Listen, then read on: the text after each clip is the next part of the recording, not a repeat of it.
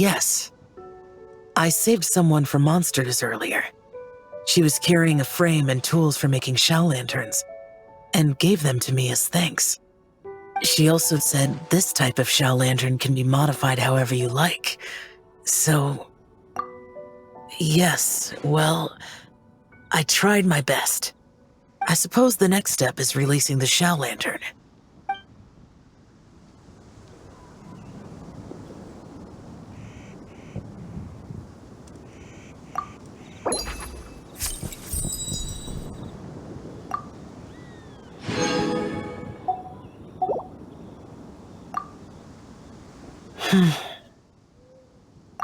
Happy Lanternlit to you as well.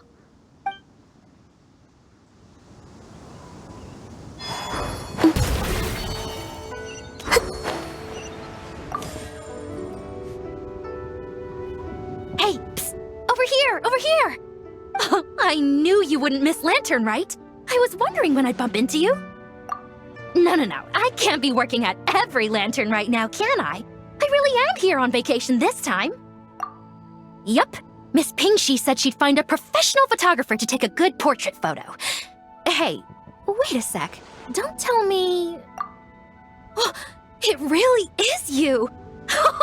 That's perfect then. Come on, take my photo. Let's see who's better behind the lens. So, ready to start? Alrighty. Can't take a picture without posing for the camera, though. Any suggestions, traveler?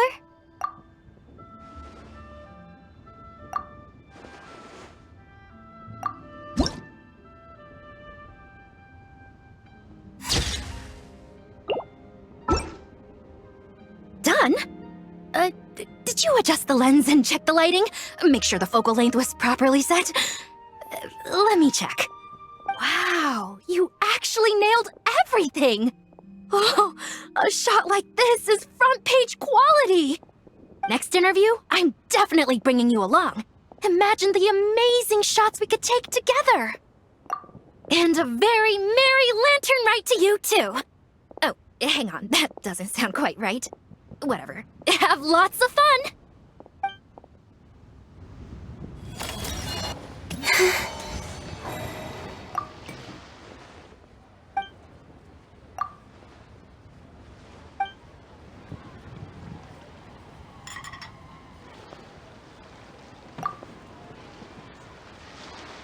Leo has got so much delicious food! What should I eat next? Oh, how about boiled fish?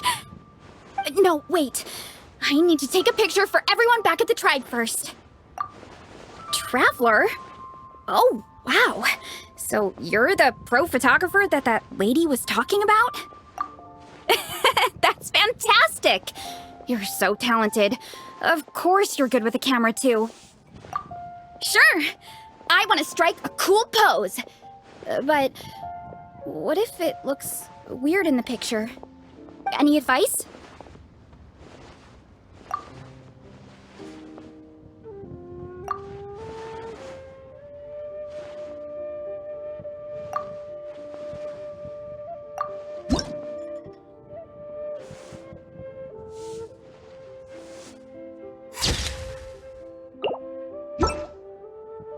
Done already? Well, let me see. Whoa, told you they'd be good! Now, would it be the best spot in the orchard to hang it? Thanks! Next up, some more delicious food. Starting with... boiled fish.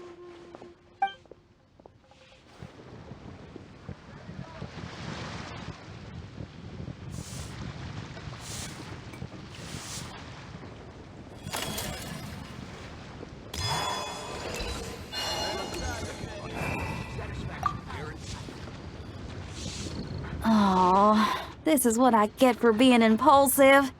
Making a shower lantern's no joke. Traveler? Oh, ain't that something? It is you! Happy Lanternlit! Yeah, Miss Pingshi gave me the frame, but I designed all the details and made all the ornaments myself. Pretty rad, huh? I even gave Hu Tao a few. Oh, shoot. I totally forgot I promised Hu Tao I'd help her make some shell lanterns too. I gotta release this one pronto.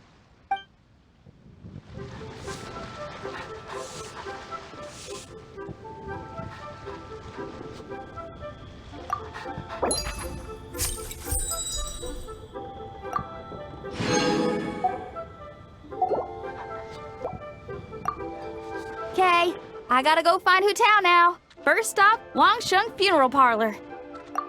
Catch you later. Oh, and happy Lantern Rite to you too. Shame Hu Tao's busy this year. I would have loved to put on another show.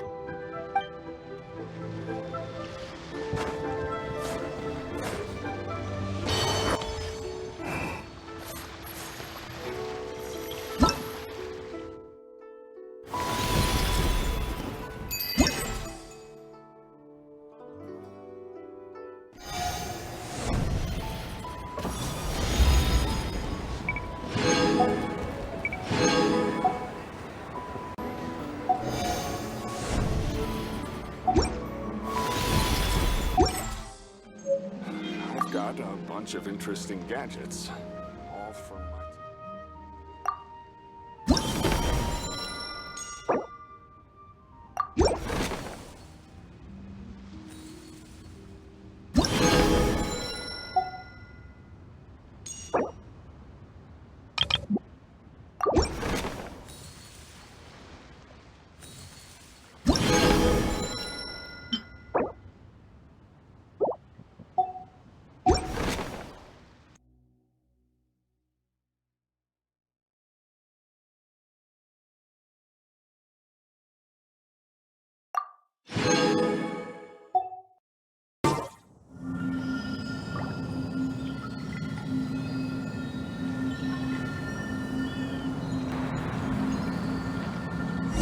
To meet back up with Xiao. Let's head to Mount Outsong.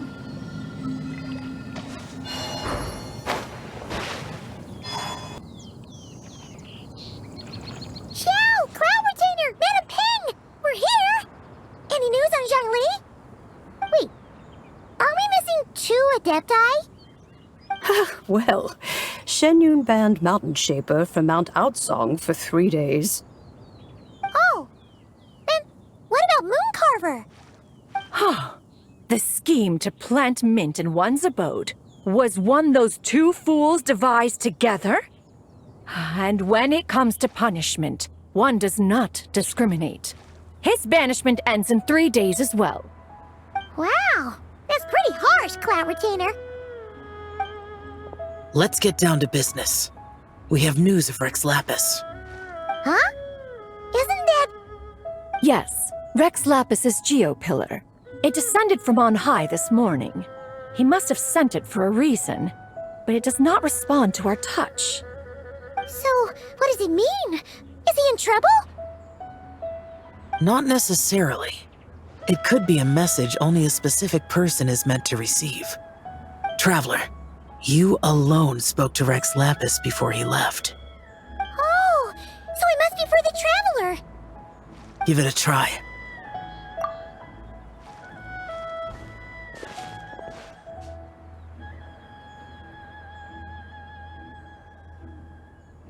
Come to the spring on Mount Qingse.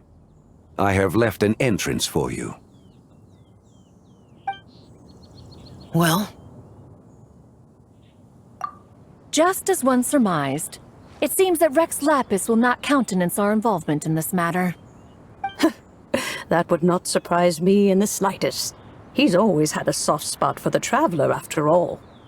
But be that as it may, we have served Rex Lapis for millennia now.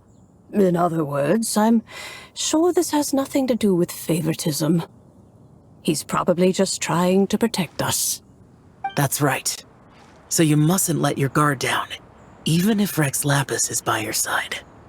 Alright, let's get going. We'll try not to keep you all waiting.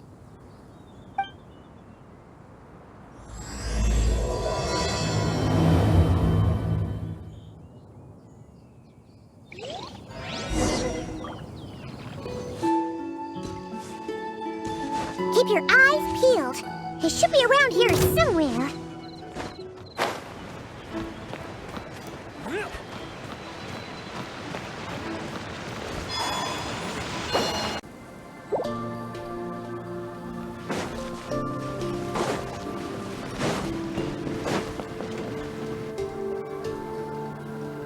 could have imagined that the once mighty Archon might end up so, sitting on a humble stool in the woods, quietly weaving moon lanterns?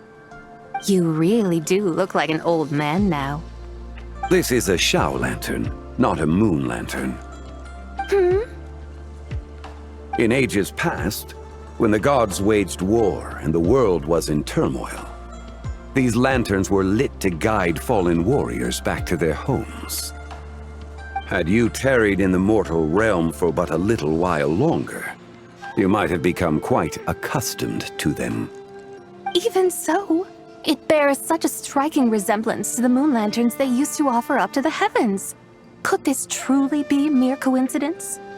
Perhaps in some sense it is, yet in another, it isn't.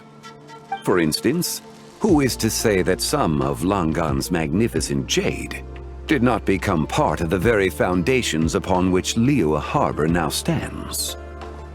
It is conceivable that this ritual was transmitted in such a manner too.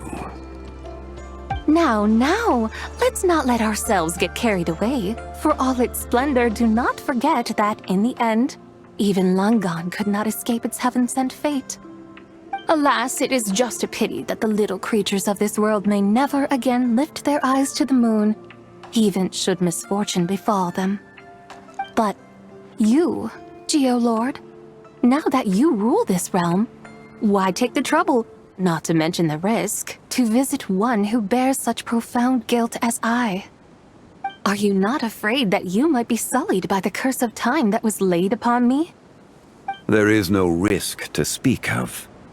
At least, not in comparison to that which you took when you defied the heavens all that time ago. As I have stated, time and again, it was not I who defied the heavens. Geolord, the ancient affairs of Langan have nothing to do with me, for I am but one of her deadly selves, severed before her demise. My name is not Zebai, but Zichao. Surely you did not take us for one and the same, solely on the basis that we may all assume the form of white horses? Sorry to break it to you, but you seem to have found yourself the wrong white horse. Anyway, do tell me, what urgent matter brings you here? Very well then. I have come to ask for Zebai's shade. Oh? So, the Geolord has set his sights upon Zebai's human soul. And what is it that you intend to do with it? The world outside is changing. With the new moon's birth, the confines of the Shadow Moon are gradually disintegrating. In other words, the heavenly soul is set to return. Consequently, strange phenomena have manifested within Langan's former domain, leading to the earthly soul's reappearance as well. The last of the trio, the human soul, is in your possession. Most intriguing. My intention is to gather all three together, so that an old friend may finally make her return. I must admit, it seems that some remarkable affairs are coming to pass in the outside world. Yet there is one thing you seem to have overlooked, Lord of Geo. Back in the day, it was you that freed me from that painting. And afterwards, I took up arms in your name. Together we first subdued Chenyu Vale, then brought peace to Mount Qingse. It was for this cause that the contract between us was made. But now that the debt has been repaid, what cause have you to expect my aid? Zebai and I have long been friends. Given not only that you were manifested from a corrupt desire within her divine form, but that you also possess a fragment of her soul, how can you purport to be the wrong white horse? I think you'll find that we are now as separate and distinct as any two beings ever were. What once shone with radiant purity has long become dust. What you see is no longer what it was. Oh, great Lord of Geo. Should this still be unclear to you, I bid you take your leave. It seems that the fault lies in my own lack of consideration. As you wish. I shall let this matter rest. Wait! One moment, if you will. Should this not be your opportunity to propose a new contract? The part where you make me an offer I simply couldn't refuse? Even those puny mortals know how to haggle when striking their bargains. Should you, the famed god of contracts, not likewise strive for success through negotiation? Come now, enough with the posturing. It's time to name your price. Very well. I had, in truth, prepared a new contract for your consideration. I knew you would not come before me unprepared. Yet, you should know that I want for nothing, for I live in the mountains, carefree and untroubled. Occasionally, I even find sport in teasing the mortals who stumble into my presence. Then why persist in telling them those ancient stories? I speak of what transpired before the sky collapsed and the earth sank into itself. That is merely my way of passing the time. And what of it? Would any believe, much less remember, the ramblings of a mountain hermit? Those tales have long since spread throughout the mortal realm. Who? Should my words prove insufficient, I invite you to see the world for yourself. To this end, I have found you a pair of trusty guides. The Lanternlit is presently underway in Liyue, and should prove quite intriguing for you. So this, then, is the contract you have prepared for me? Indeed it is. Think of it as a contract for a one-day festive excursion. Surely you do not hope to offer this in exchange for Tsubai's shade. The foundation of my very existence for a little excursion seems a little steep, wouldn't you say? Why not see for yourself? You can always decide afterwards. The final determination, of course, shall rest with you. Is that so? Then perhaps this deal might not be entirely off the table after all. Where then are these guides of which you speak? Hey, it's Zhongli! Oh, we've been looking for you everywhere. We thought you might have gone missing. You're here. So these are my guides. Well, well. They certainly look the part, I'll give you that. Guides? Oh, you poor innocent little creatures. The benevolent Lord of Geo has sold you to me, which means that for the rest of this day, you belong to me. Sold us to you? Just what have you gotten us into, Zhongli? The situation is not quite as dire as that would sound. I ask only that you accompany my Adeptus friend on a tour of Liyue. I would suspect that depends on how well you entertain me. Entertain you? Let us start with this Liyue harbor of which I have heard so much. Nowhere is quite so fascinating as a place teeming with little mortals. How come this Adeptus sounds so different from what Paimon imagined? Okay, we'll take care of it. Get ready to find out why they call Paimon the best travel guide in all of Teyvat.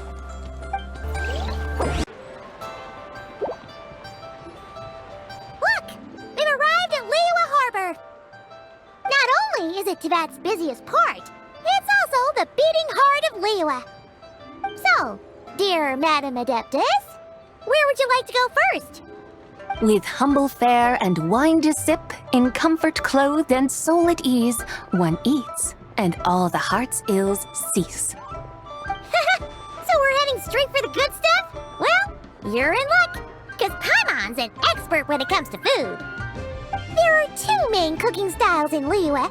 Li cuisine, which is all about mountain delicacies, and Yue cuisine, which is centered on seafood.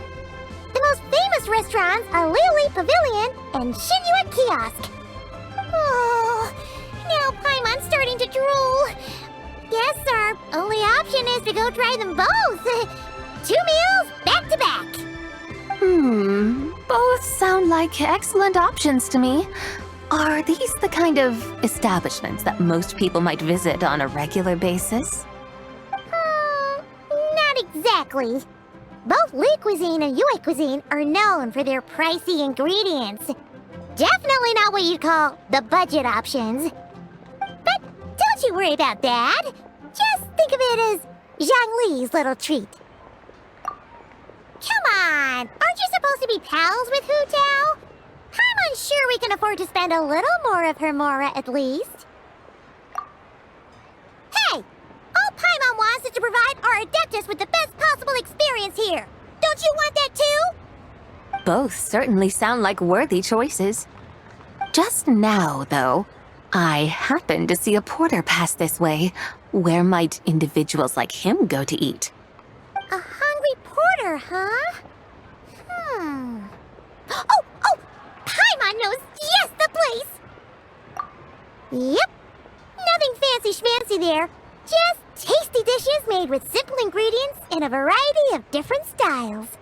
Most importantly, it's great value for money, too. No wonder everyone loves it, huh? Oh, and the owner happens to be a good friend of ours, too. One mean restaurant. Yes, even the name itself feels lively and down to earth. All right, let's make it our first stop. Yippee! That's a great choice, too. Alrighty, let's head over there right away. Paimon can't wait to dig in. Wamin Restaurant, here we come.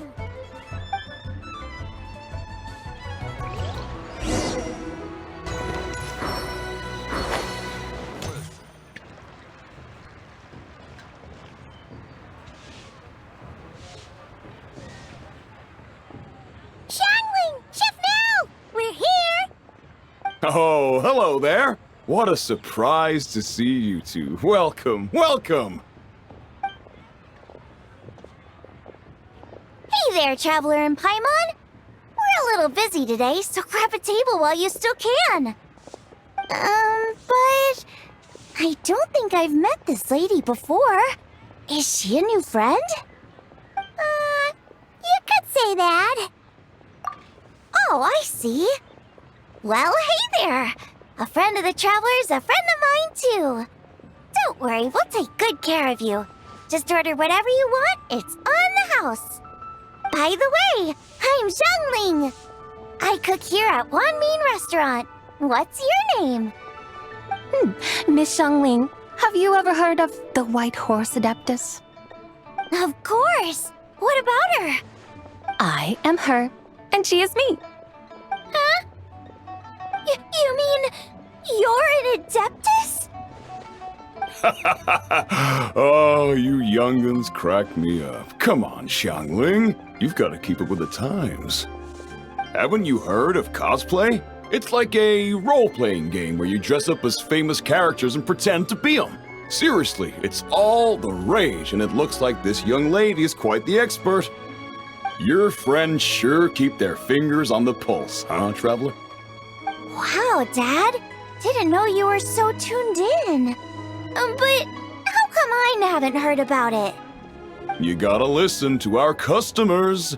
Didn't I tell you to spend less time chasing after wild vegetables and more time making friends? You're even more out of touch than I am. Hey, I like making friends too. Isn't that what I'm doing right now? Anyway, even if it is just a costume, is it alright if I still call you White Horse Adeptus? Of course it's all right, because that's exactly who I am. Okay. I can see you're really committed to the role. How about I call you the real White Horse Adeptus instead? In that case, you can call Paimon the real Traveler. Yeah, right. You could have at least switched outfits. Puny mortals. Nevertheless, I suppose it might be amusing to indulge in your little charade for a while at least. All right, go grab yourselves a table. I'll come take your order in a bit.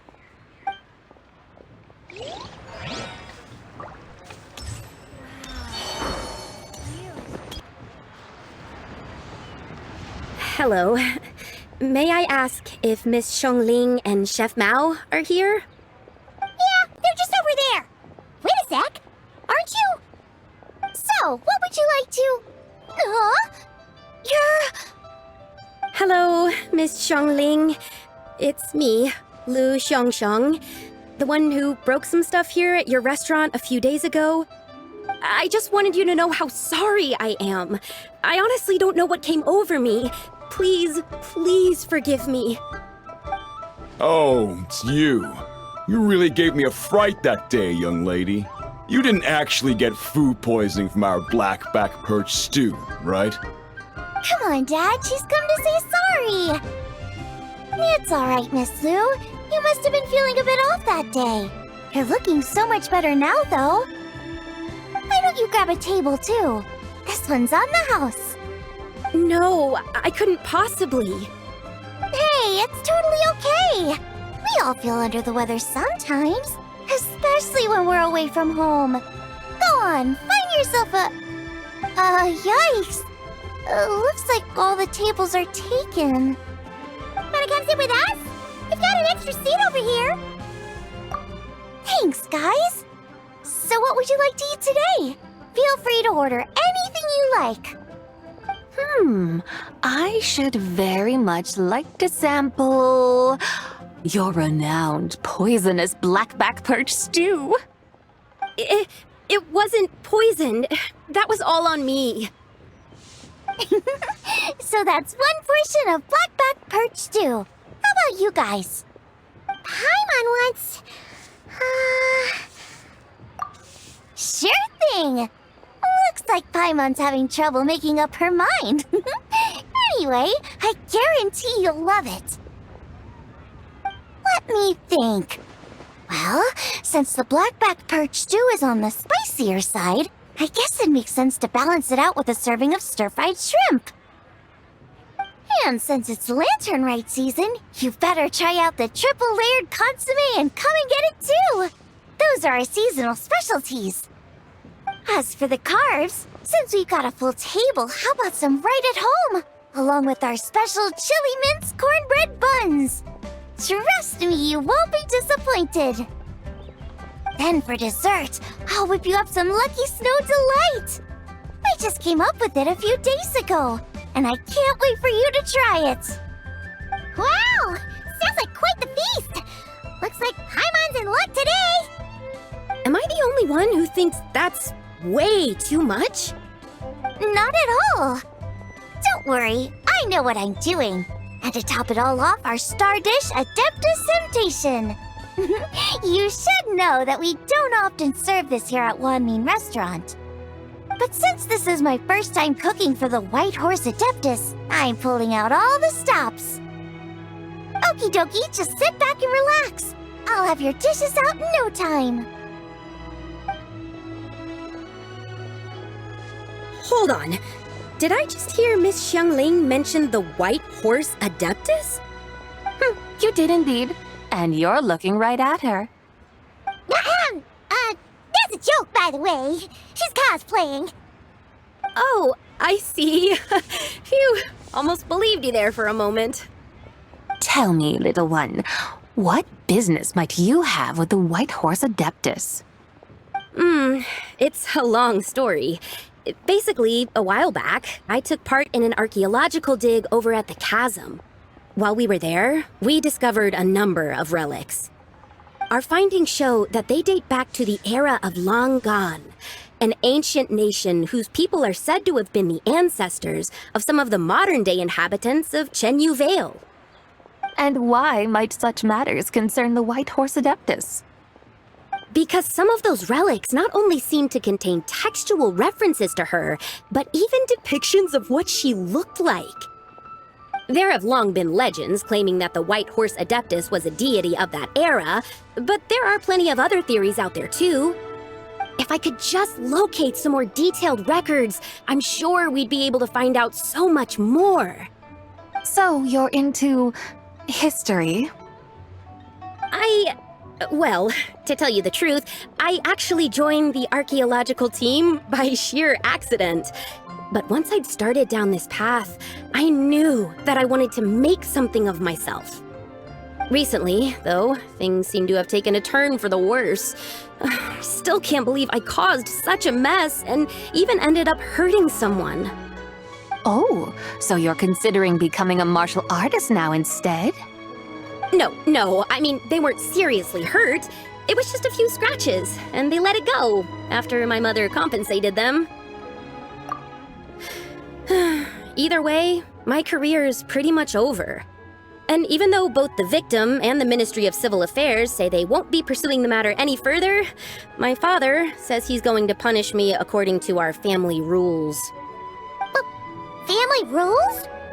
Yeah, he's decided to ground me. I'll have to return to Chaoying Village after Lanternlit, and goodness knows when I'll be allowed to leave again. Wow, that's harsh. Sounds like the kind of thing only rich, super traditional parents would do. We're not exactly rich, though. All we own are a few tea fields in Chaoying Village and a guest house in Liyue Harbor. A guest house? It isn't Baiju Guest House by any chance? Yep, he's my grandfather. So, you've heard of the guest house before? Small world, huh? Come to think of it, didn't Boss Fu mention something about hoping that the White Horse Adeptus would show up and let her divine power be known? Sure, but Paimon's guessing this wasn't exactly what he had in mind. Little one, it sounds to me that your family is rather well off after all. What then drew you to archaeology? Why subject yourself to such unnecessary hardships? Even if I stayed at home, there's no guarantee I'd lead a nice, easy life. Just look at my father. Recently, my grandfather put him in charge of the guest house, and he came up with a bunch of ideas right away, starting with changing its name. That didn't turn out well, though. My grandfather yelled at him for days, even calling him a bad son, and they still haven't let it go. Oh, Paimon thinks we might have heard about that too. Long story short, being dependent on others is never fun. You just end up being completely under their thumb. That's why I want to make it on my own out here, no matter how hard it is. After all, as the saying goes, to rise above others, one must endure the hardest of hardships. What's so funny about that? You poor, innocent little creatures never fail to amuse me. To think you would endure all manner of hardships in your brief time on this mortal plane, and all that merely to rise above others. I would have thought that the wiser path would be to simply roam this world as I do. Huh?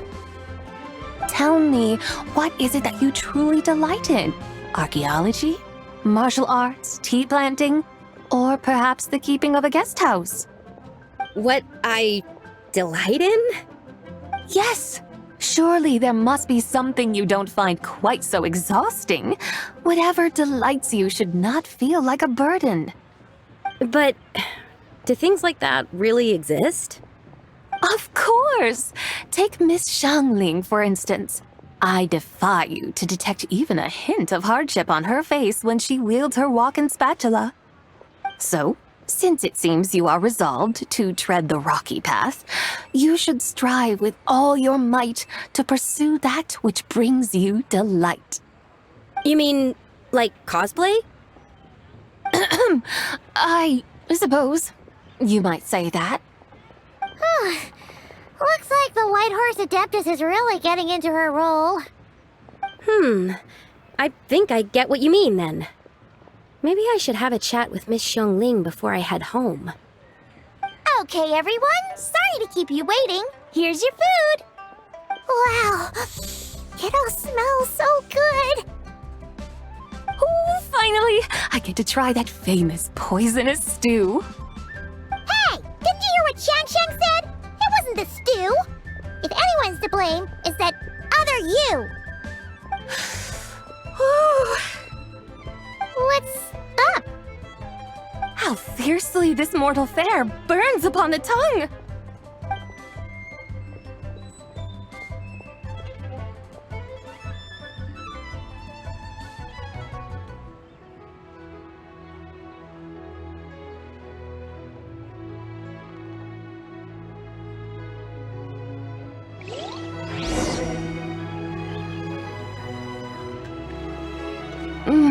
most satisfying as poisonous dews go.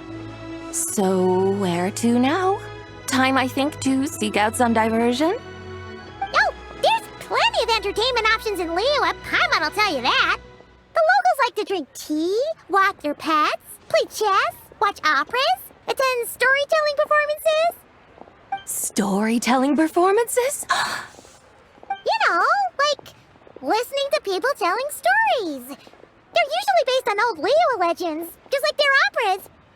Stuff like the Divine Damsel of Devastation, Through the Eyes of a Dragon, or the Sanctification of Tao Do. What about the story of the bright moon that sits in the sky above us? Paimon doesn't think she's heard that one.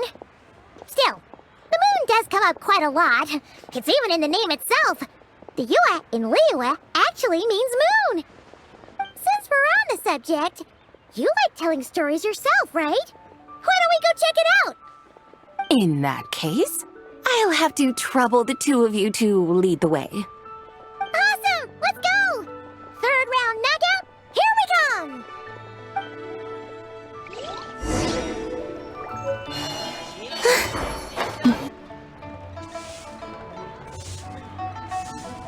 What a tongue twister! I'd have made a complete fool of myself if I tried to say it on stage without practicing it first. Huh. Call yourself Iron Tongue, Tien. Wobbly Tongue, Tien, more like. I used to have that problem a lot. But if you just take your time to grasp the meaning and commit it to memory, you'll be able to say it smoothly in no time. You're right, Ms. Yoon. I'll give it another try. Hey, Yunchin! Fancy seeing you here! What are you two talking about? Ah, Traveler and Paimon, we meet again. And who, may I ask, is this? You may call me the White Horse Adeptus. The White Horse Adeptus? She's not really an Adeptus. I see. Well, it certainly looks like a lot of fun. Oh, funny you mention it. This type of thing is actually something I'm quite familiar with. Once, to perform Through the Eyes of a Dragon, I decided to imagine that I was Rex Lapis himself. It was the only way to truly inhabit his mindset and understand his resolve to quell those demons. Sounds like you just wanted an excuse to feel all big and powerful. Hey, that's... You just don't understand how inspiration works. You're one to talk. Paimon's traveled all over with the Traveler, and she's seen things that would make your jaw drop. All right, then. Since you claim to be so knowledgeable, why don't you prove it by reciting an ancient poem? An ancient poem? Which one? Ha! See? You mean to tell me you've never even heard of the ancient poem called An Ancient Poem? What kind of a title is that? Quit teasing, Paimon. We only just found out about that ourselves. He's talking about the writing on those ancient relics. When we first saw it, we couldn't figure out what it all meant. So in the meantime, we decided to just refer to it as an ancient poem. However, thanks to the painstaking work of the scholars who were tasked with decoding it, it seems like that's exactly what it was. Or rather, an ode offered in veneration of the moon and the White Horse Adeptus. Oh yeah! Didn't Kuching mention that before? It's got something to do with Longon, right? That is correct. The Ministry of Civil Affairs has issued a notice stating that, although it is true that the moon may disappear tonight, we should be in no danger. In other words, there's nothing to fear. But if you're worried, we can always take a leaf from the Book of the Ancients. By reciting this poem, I mean, and calling for the White Horse Adeptus' aid. If we do that, I'm certain she'll protect our moon and keep us safe. Oh, seriously? Paimon has to get a look at this.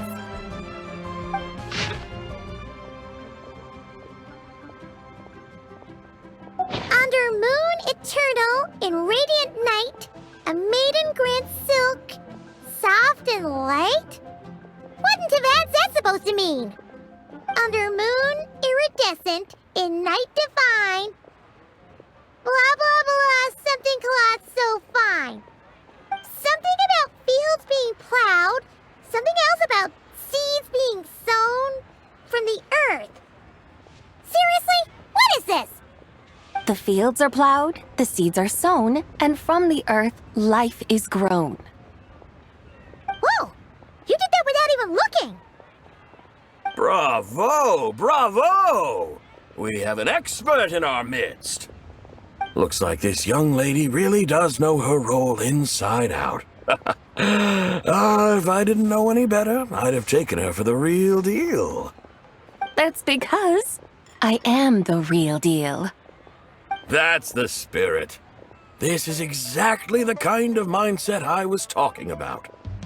Behold, mortals, I am none other than the indomitable Rex Lapis himself. Kneel before my godly splendor. Believe me, young lady, I know exactly why you do it.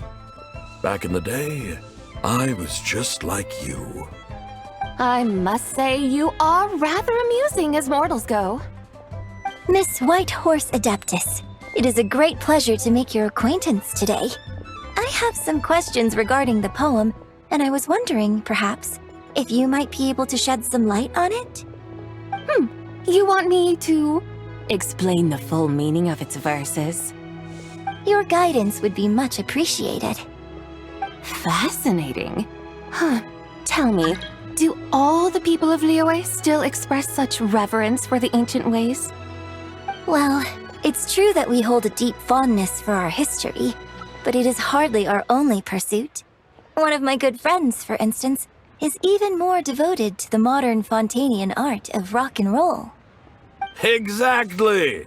And don't forget, great practitioners of the role-playing arts walk among us too. People like me and you, young lady. Yes. So rather than placing too much emphasis on our reverence for the ancient ways, it might be better to say that here in Liyue, 100 passions bloom, each with a voice of its own. I see. Then, I suppose it wouldn't do any harm for me to enlighten you. In truth, it is but a simple poem of blessings. Its meaning is this. As the eternal moon rises in the night sky, a maiden adorned with lustrous jade descends upon the earth. She blesses the kudzu vines and mulberry leaves so that they may be used to make coarse cloth that is nevertheless soft, light, and comfortable to wear. As the iridescent moon rises in the night sky, a maiden adorned with lustrous jade descends upon the earth. She blesses the kudzu vines and hemp so that they may be used to make fine, luxurious cloth. As the frost moon rises in the night sky, a maiden adorned with lustrous jade descends upon the earth. She blesses the mugwort and artemisia so that they may be perfect for divination. So she really did come down from the moon? She shows the people how to use the plow and spade to purge the land of weeds, till the soil, and heap up the earth to make it fertile. Then with the hoe, she teaches them to sow their grain, bestowing the promise of life upon every seed. She blesses the millet and the beans, ensuring that their stalks and vines stretch forth without end. She graces the wheat and the rice, so that their heavy heads are filled with plump, glistening grain. Sounds like she's a real pro at all this farming stuff. The fruits of the field are harvested and brewed into sacred wine for honored guests. This we reverently present to the divine maiden, with every ceremonial step flawlessly observed, so that she may witness the depth of our piety and respect. Oh, divine maiden, how can your graceful presence in the sky not seem like that of a fairy descending from the heavens? Oh, divine maiden, how does your pure and radiant form not resemble the guardian spirit of our land? I send my heart's desire, ascending to the heavens, beseeching you to grant us good fortune and blessings in the coming year. Huh? So, that's what what it's supposed to mean? I find myself speechless. Moved beyond the power of words to convey. Oh, young lady. You have shown me the heights to which a true role player might aspire.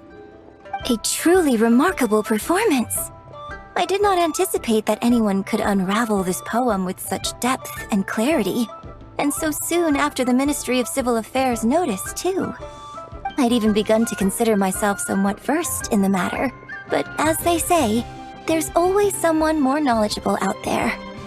Allow me to extend my thanks to you, Miss Whitehorse Adeptus. You are far too humble, young one. I must confess, it is I who have been surprised, not only by you, but also by this Liyue harbor of the present day. Ah, so you're not from Liyue. And what, may I ask, has surprised you about it?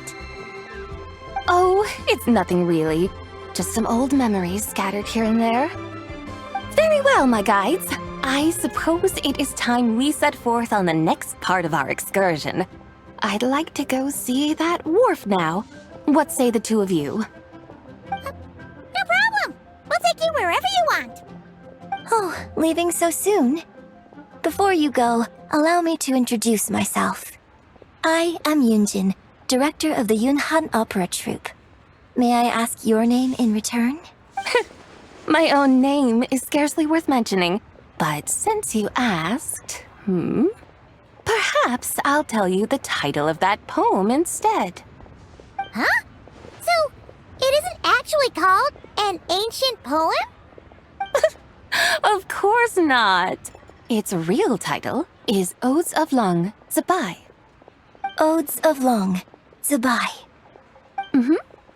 All right then, until we meet again. Hey,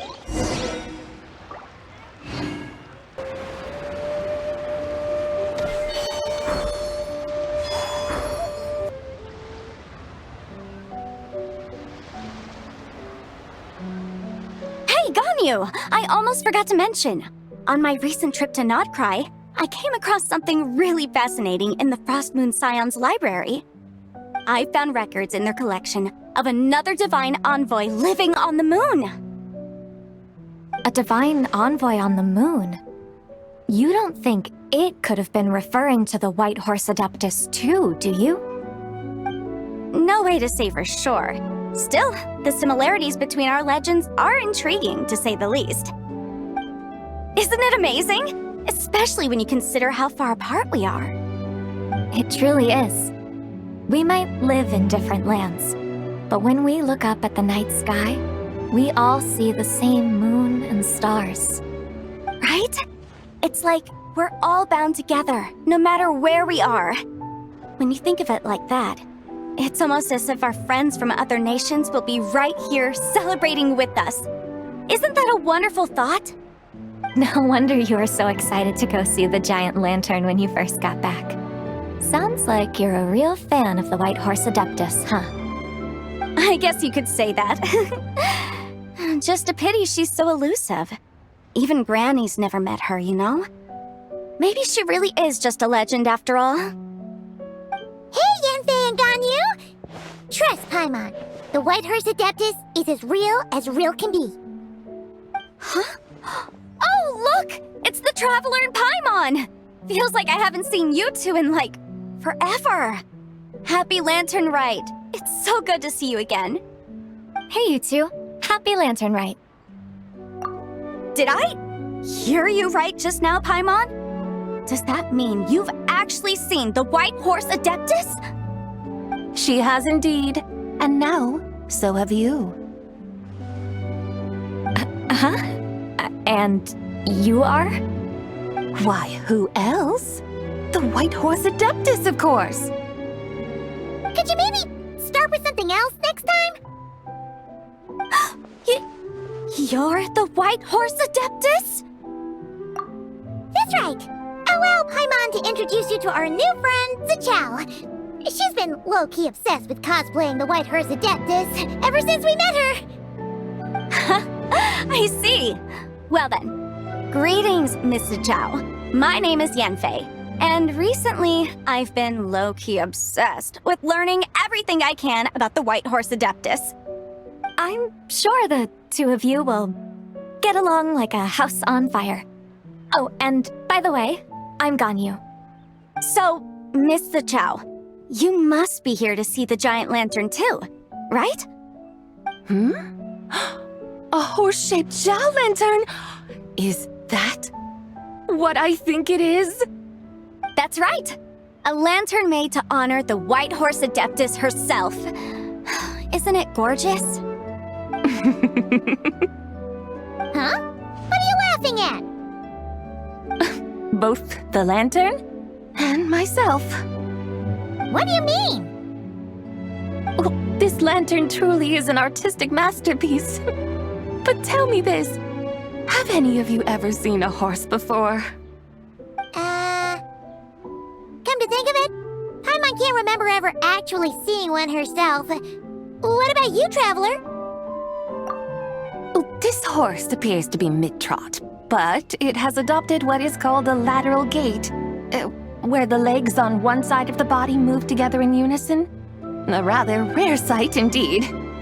Just now, I suddenly pictured myself, I mean, the White Horse Adeptus running the same way. The image was so absurd, I could barely contain my mirth. Oh, really?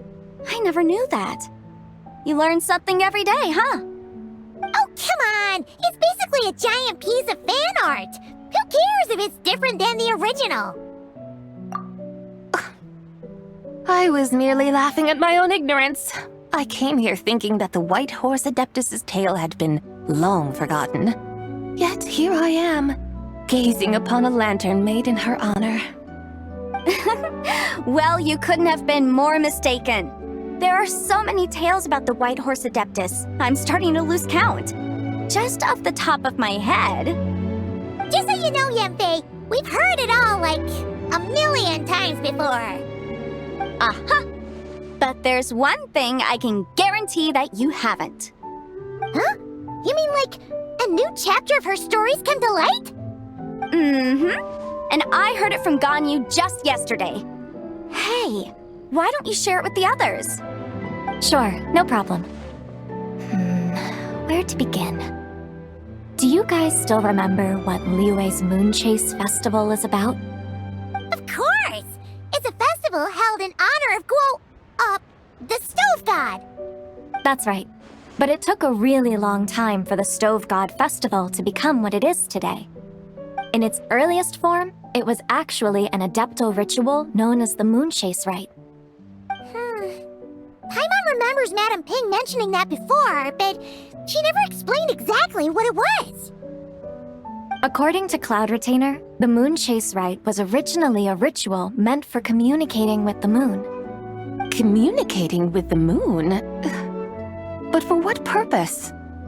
At first, Cloud Retainer wasn't entirely sure either, as it was always Rex Lapis who performed the ritual. Whoa!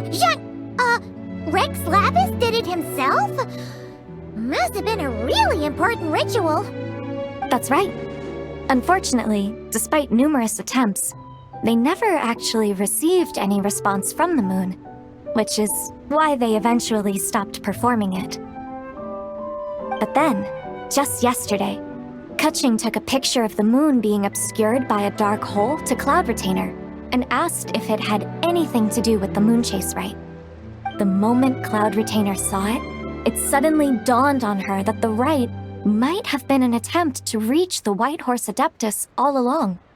Does that mean Zhongli's been trying to bring back the White Horse Adeptus all this time?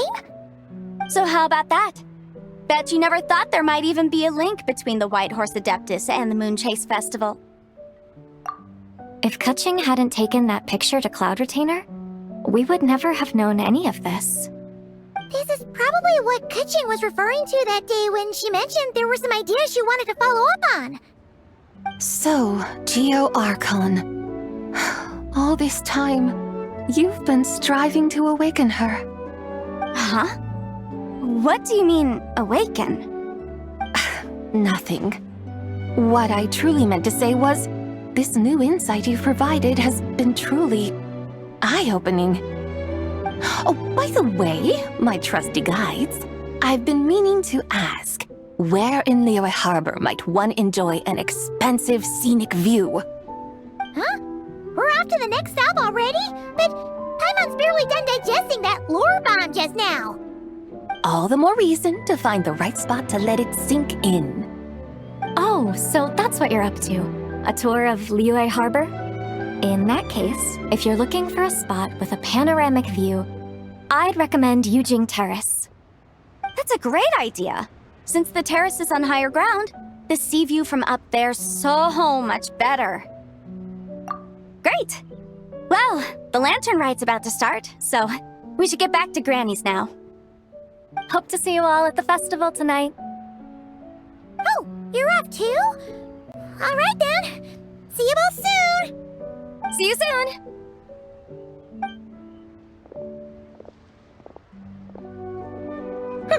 Very well, my guides. What are we waiting for? Okay, you're the boss. Yujing Terrace it is. After all, the customer's always right. Something else you needed to do? Oh, Paimon likes that idea. And what, may I ask, is a photo? It's this awesome invention that lets you record moments in the blink of an eye. Except, you've gotta try not to actually blink. Oh? What must I do in preparation then? Nothing. All you gotta do is choose a pose. The Traveler will handle everything else.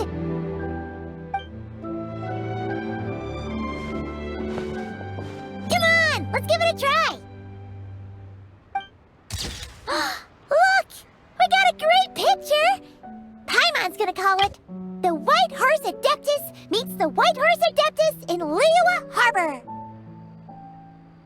Huh. They've even discovered a way to preserve moments in time. Now I truly am curious to witness what else these mortals might accomplish. Very well, let us proceed.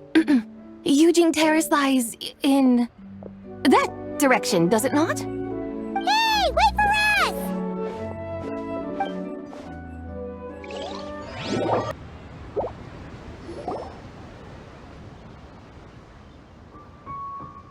Truly a marvelous view if ever there was one.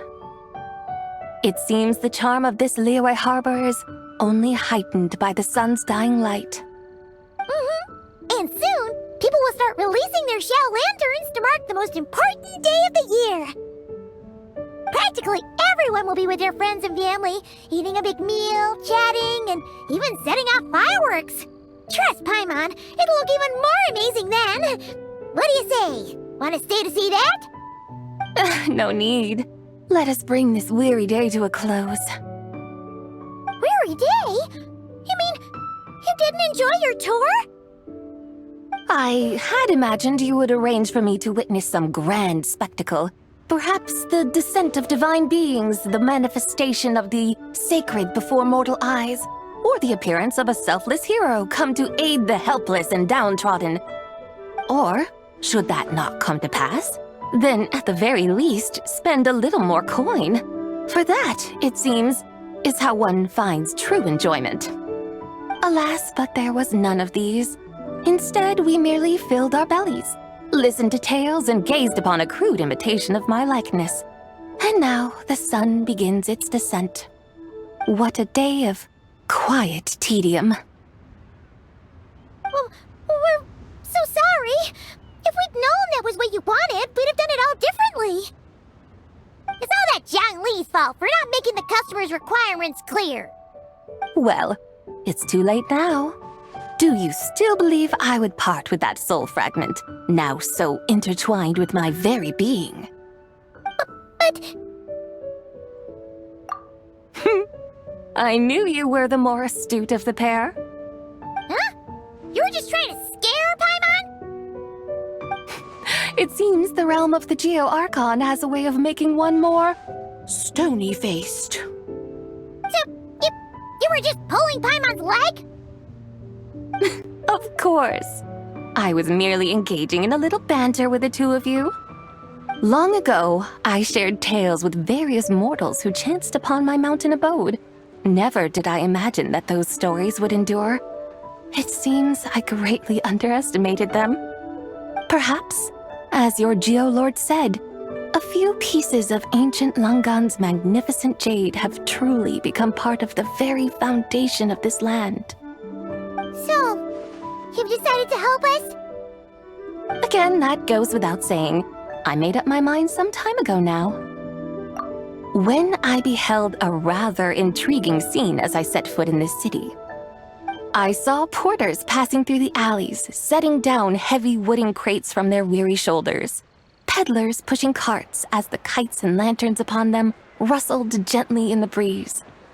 I saw cooks cooking, actors acting, scholars reading, soldiers marching, children playing, elders resting, officials officiating, and the common folk absorbed in this or that, reveling in the simple joys of life.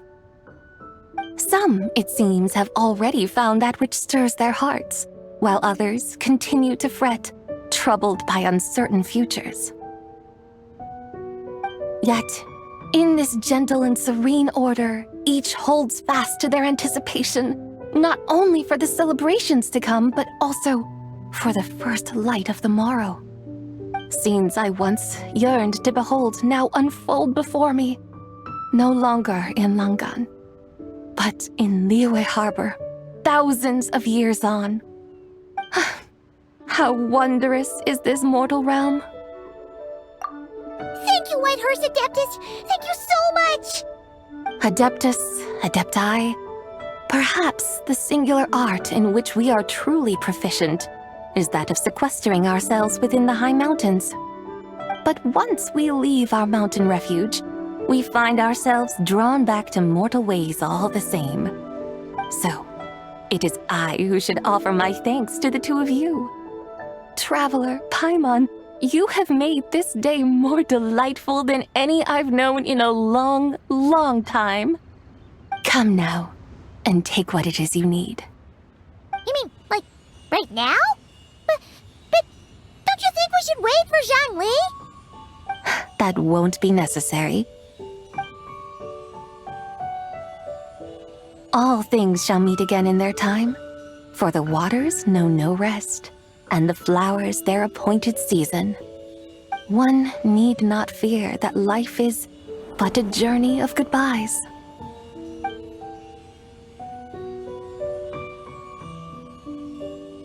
Is she gone?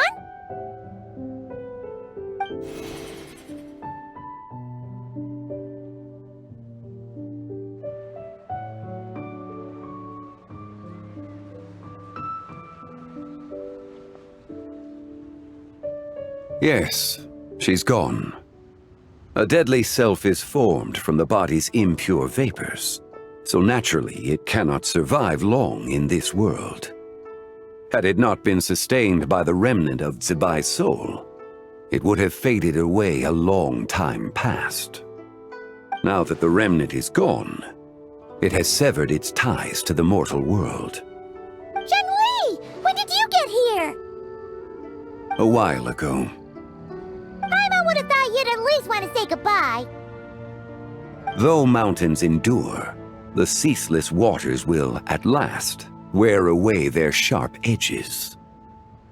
Thus must I meet the marks wrought upon her by the ruler of time with great caution. It may be goodbye for now, but someday we will meet again. Really? And when might that be? Who can say for sure? Years and years from now, perhaps. Or maybe tonight, at the Lanternlit. Are you saying that if the Whitehorse Adeptus were to be resurrected, she'd still have the memories of the three deadly selves? That she'd still remember us? We will find out soon enough.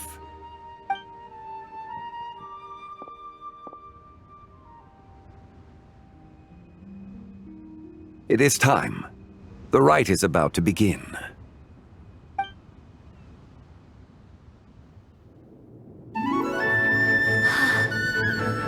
rite is about to begin. Is the moon really gonna disappear? Got your lanterns ready, everyone? All set. Might be about time to put eyes to the sky. Wouldn't you say, Tianchuan? Look!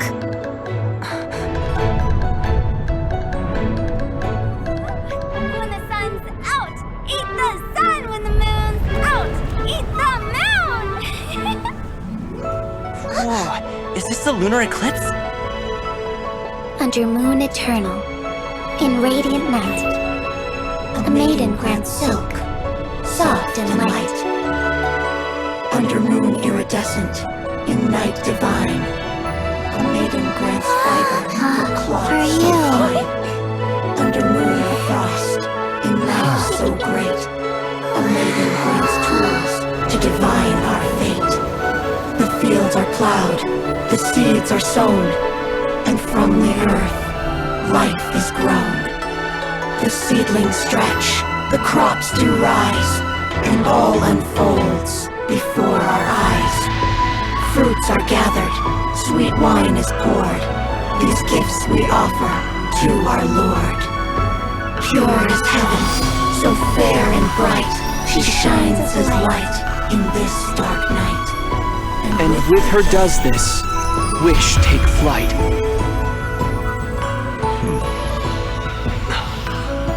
Devoted soul, scattered and unbound.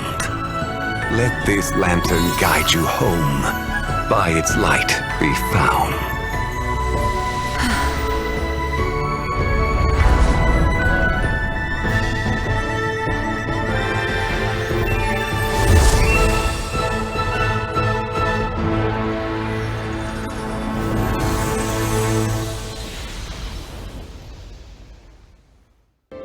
Did we do it?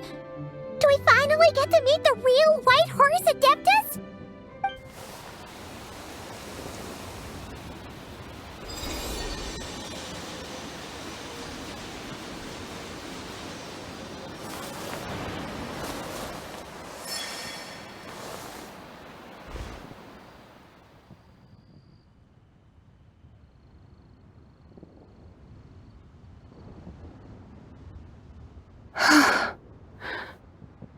This place. Where am I? A familiar land, now known by the name of Liyue. Liyue? The peaks adorn the clouded moon. Then, who might you be? Oh no! She seems to have lost all her memories after all. And those countless lights in the sky. What are they? These lights, each like a dwelling in glad accord, usher in this day of joyous rebirth. And whose rebirth might that be? That of my old friend, Zibai. Zibai? Yeah, that's you! Don't you remember anything at all? That's... me? Oh, yes. The envoy of the Lunar Palace, my name, is Zibai indeed. Then, you must be... the Lord of Geo, Heaven's Star. Many years have passed since we last saw one another. Zibai, my friend, welcome home. Home?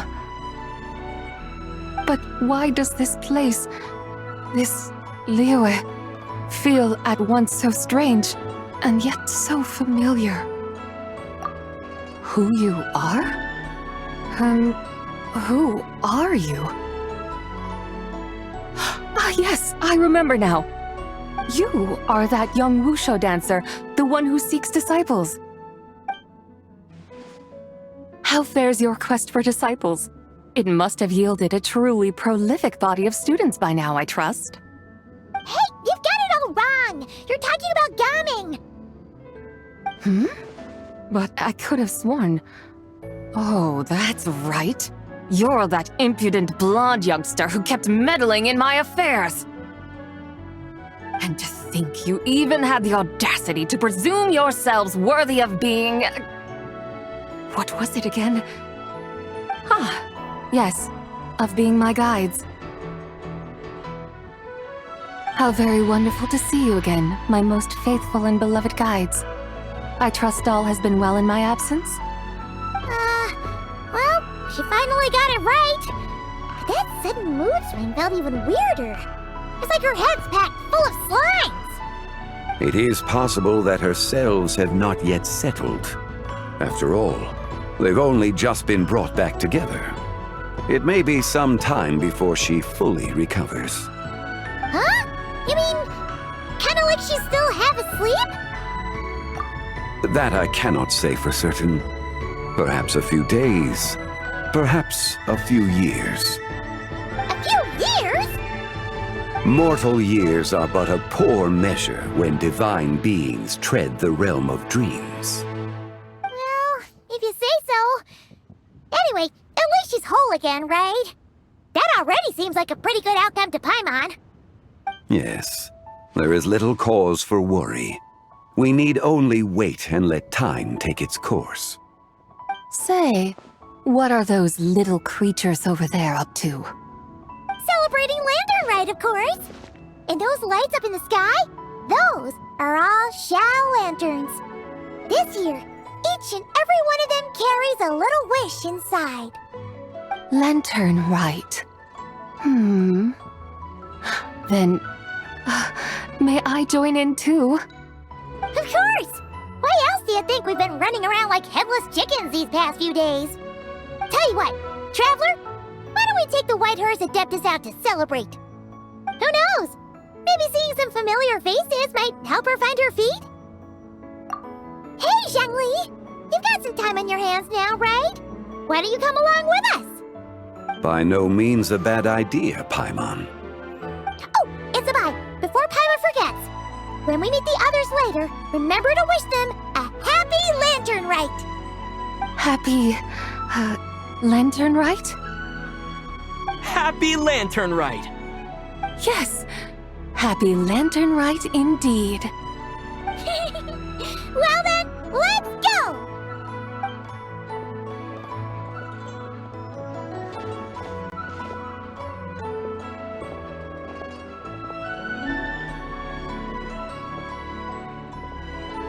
Lanternlit.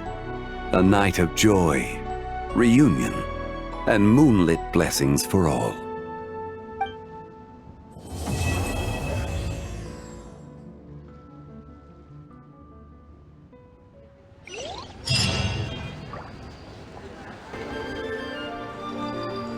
Paimon wonders how the White Horse Adeptus is getting along.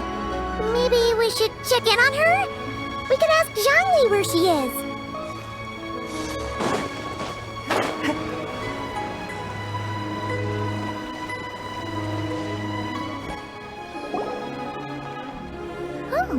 Looks like Zhongli hasn't stopped by for tea today. Hey, are you two looking for your friend? Try going up that way. Is Zhongli up that way? No, but that young lady who was dressed up as the White Horse Adeptus the other day is. She's your friend, right? I just saw her head toward Wanmin Restaurant. I was wondering why she was eating alone. But then you two showed up hot on her heels. Oh, what luck! We were just on our way to find her. But what's she doing at Wanmin Restaurant? I have no idea. I said hello, but she completely ignored me. She couldn't have forgotten who I am, right? I mean, we're kindred spirits, aren't we? Maybe she's still half asleep, but her brain might be a little fuzzy. Oh, that makes sense. I was wondering why her eyes were so red. Her eyes were red? Oh, that doesn't sound good. You young people, staying up all night because you think you're invincible. Look at your friend. Missing out on sleep so she can pretend to be the White Horse Adeptus. That's where that leaves you, you know. A word to your friend from someone who's older and wiser. She really needs some rest. Oh, Paimon won't be so certain about the older and wiser part. Yeah, what was that? Hurry along, then. Oh, and don't forget to come back and check out my Rex Lapis cosplay when you're done.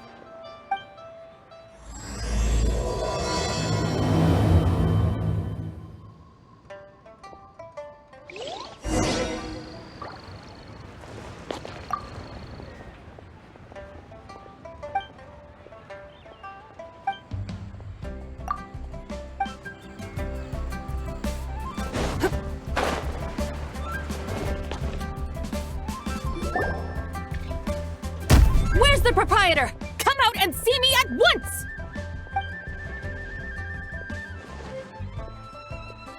Zhongli and Chef Mao aren't here right now. What can I help you with? And who might you be? My name is Shenhe. I work here at Wanmin Restaurant. Shenhe. Shenhe. Are you that crane adeptus who loves planting mint? It's been a few days. Have you improved your gardening skills? Did you manage to cover the slopes with mint? Mint? I don't know anything about mint. But I am familiar with Qingshen and glaze lilies. Ha!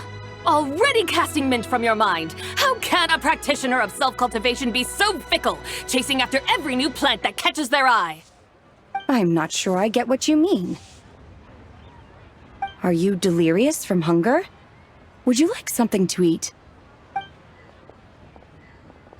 Shenhe! Whitehorse Zabai! So this is where everyone is! Traveler, Paimon. It's been a long time. Happy Lanternlit. Is this customer a friend of yours? Don't mind her, Shenhe. She's just a little cranky because, she didn't sleep well last night and she's only just woken up.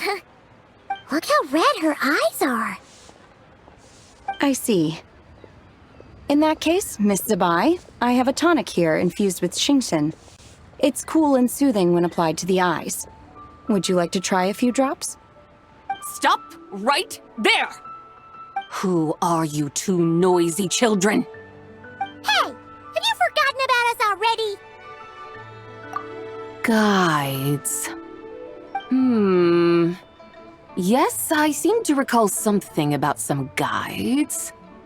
Ah, yes, now I remember. What luck! I was just looking for someone to show me the way to Elong Wharf. Huh? Is she starting to come around? Someone requested my help in purchasing some tea leaves. I was informed they have discounted prices during the festival and that I shall get a good deal there. Tea leaves? This sounds like Zhongli's doing. He sure knows how to get people running errands for him. Your friend Rex Zhongli initially requested the most expensive tea, but then a young lady in a hexagram hat mentioned he'd burned through the Wangsheng funeral parlor's yearly expenses at an exhibition a few days ago. As such, he is only permitted to buy items that are discounted this month. Oh, that's his boss, Hu Tao. It's about time she realized the problem and put a stop to his spending sprees. Oh, I see. So that's why you're here. Unfortunately, Wanmin Restaurant doesn't sell tea leaves. If you're truly in need, I could gather some wild tea from the mountain slopes. You don't sell tea leaves? But I remember your boss, Miss Lu, saying that she owns tea fields. You really should get some rest. The person you're talking about isn't the boss of Wanmin Restaurant. She's just like you. She came here to eat. Is that so? Life really is full of surprises. What surprises? Your brain really is as gooey as a pack of slimes. Paimon can't believe Zhongli entrusted you with going all the way to Yilong Wharf and buying tea. That would be excellent, my dutiful guides. Ah, yes, Miss Crane. I apologize profusely for my improper behavior just now. Please forgive me. I completely understand. Master often says that the human body is like a mechanism in need of regular maintenance. When a person cannot rest at night, they are sure to become irritable and on edge. Miss Crane, you appear reasoned and compassionate on the surface, yet I sense dark forces churning within your spiritual core. Those red ropes you wear are what bind them, am I correct? Oh, you can sense that? Indeed. I also sense that with your strength, you might try undoing one or two of those bonds when training. Untie Shenhe's ropes? Wouldn't that be risky? Though the use of red ropes to bind the soul is a wondrous technique, practitioners must eventually learn to break free from external aids and look within themselves for restraint. Master has told me similar things, but I am not ready yet. Your self-cultivation has progressed far enough. Then I will seek further guidance from my master. If you still have doubts, you can find me at the Baiju Guest House. I'll be taking up residence there for a while. For now, my dutiful guides, let us be off.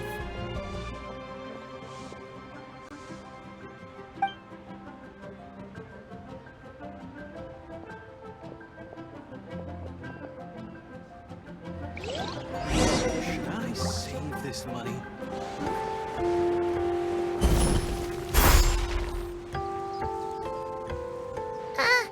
Aren't we going to Yilong Wharf? How do we end up on this mountain? Is that small town over there not Yilong Wharf? I sense a familiar scent wafting through the air. You're right! Except for the smell part. Paimon doesn't smell anything. That is because this scent is the essence of jade, which can nourish the spirit. Oh, yeah! Shenyu Vale does have a lot of jade, but Paimon didn't think jade smelled like, anything. Naturally, this has reminded me of something. Hmm? And what's that? A few simple tricks for mastering one's power.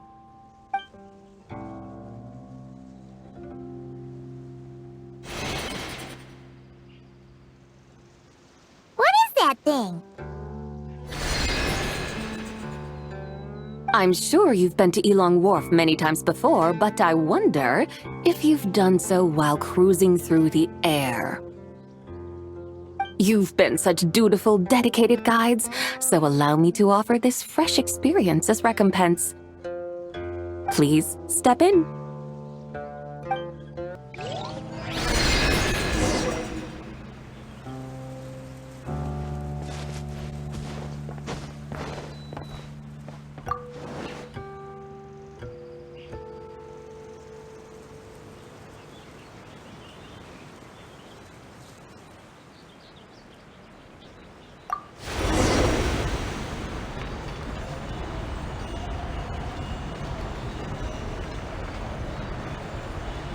This is amazing!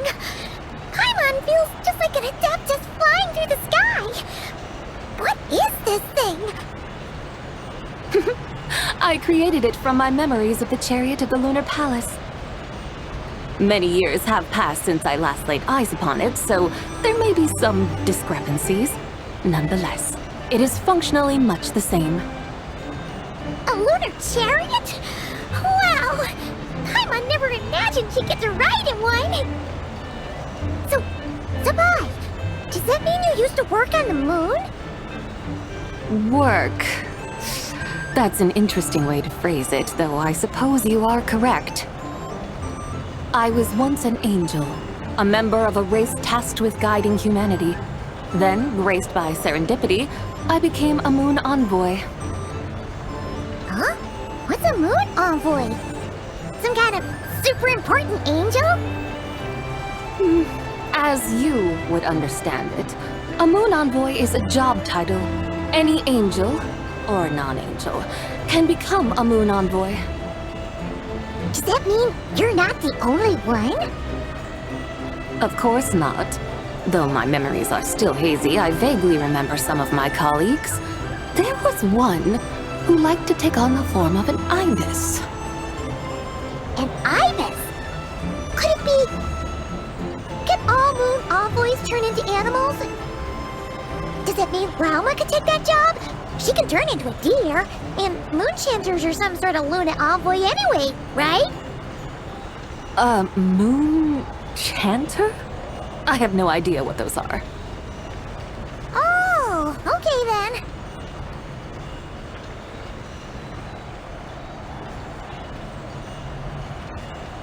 Look! Paimon thinks she saw a tea vendor over there! Very well. Let's take a look.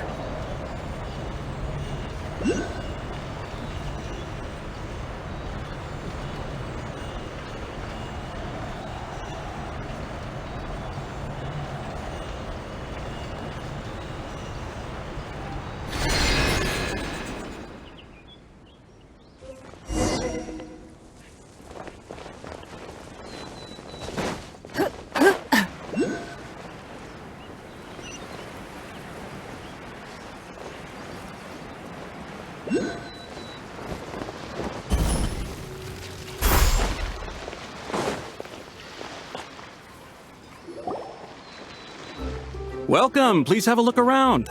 We only sell teas of the finest quality sourced directly from Chaoying Village. Right now we're offering a special discount for Lanternlit. Look over there! Discounted tea!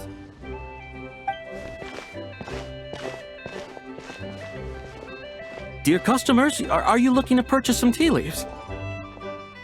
I can see from your bearing that you are no ordinary customers. My humble shop has some exquisite teas that should satisfy your more refined tastes. We're not here for quality. We're looking for a discount. A discount?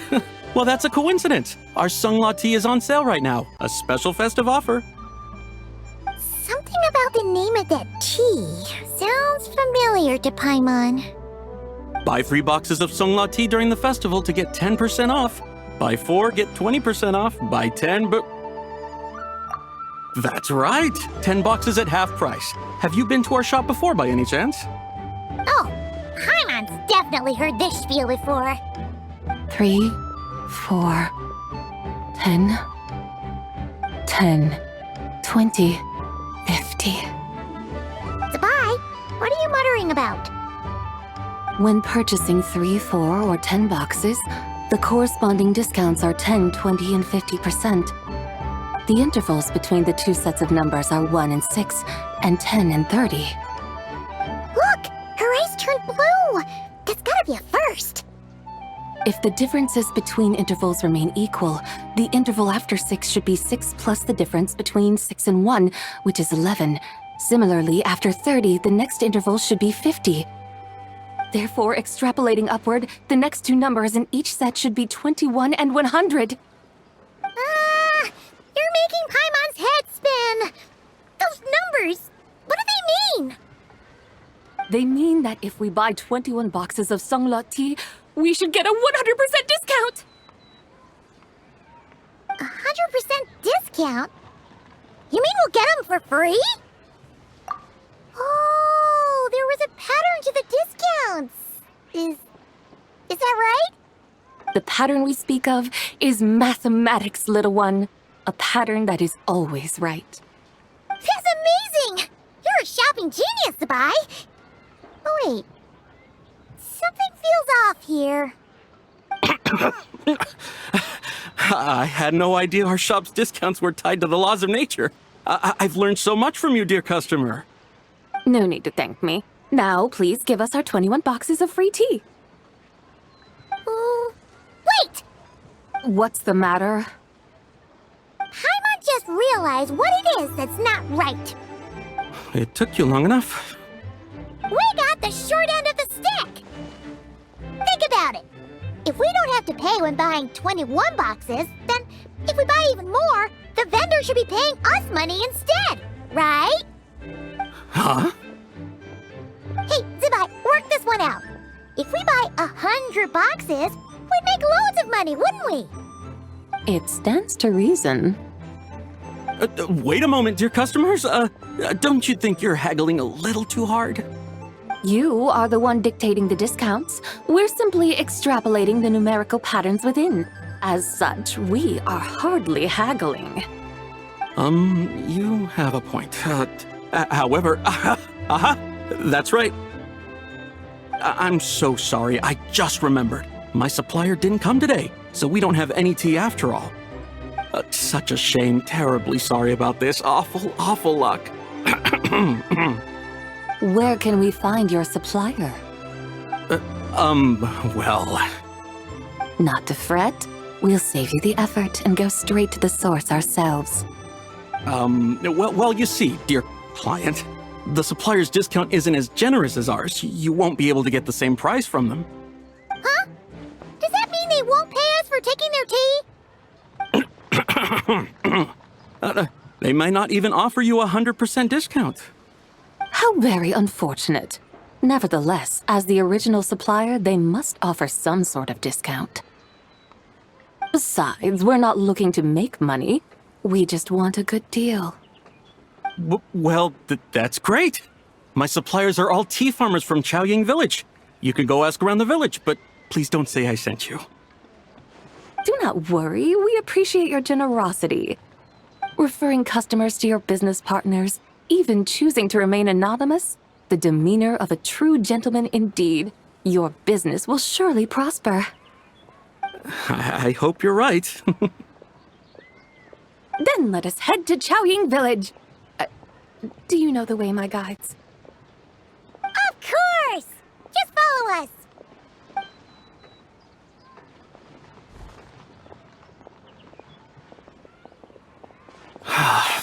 What otherworldly beings were those?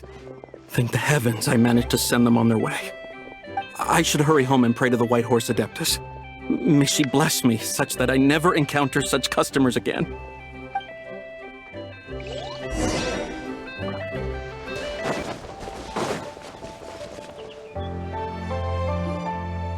Here we are! Chaoying Village! The mountains and waters are pristine. They embody the beauty of heaven and earth. It's a good-looking place, all right. But it's hard to enjoy the scenery when Paimon can't stop thinking about all that tea-buying Mora we're missing out on. Should fate dictate, Mora will find its way to you sooner or later. Well, Morak certainly finds us often enough. He even sought us out in person this Lanternlit. For now, let's look around and see if any tea farmers are selling their crop. We'll be able to see more clearly from up high. Let's take to the sky and enjoy the beautiful scenery while we're at it.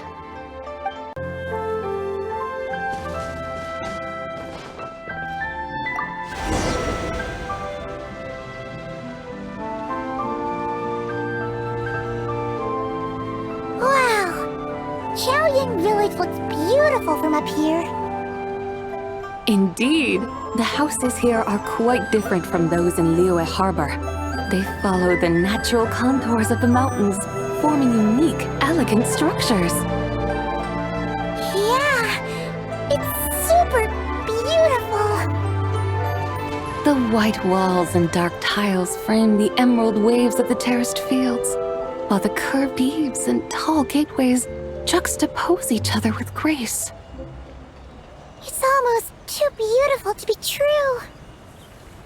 The crowing of roosters and barking of dogs, the calls of farmers working the fields, a vibrant pastoral chorus overflowing with earthly vitality. Yeah, it's incredibly beautiful, huh? Have you studied the linguistic arts by some chance? Huh? Your vocabulary for beauty seems rather constrained. Paimon knows how to say pretty as well. I see.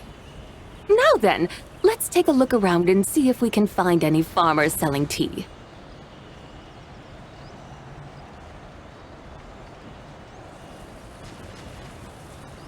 Look! There's someone in that tea field! And they look kind of familiar. Wait, is that Lu Shanxiang?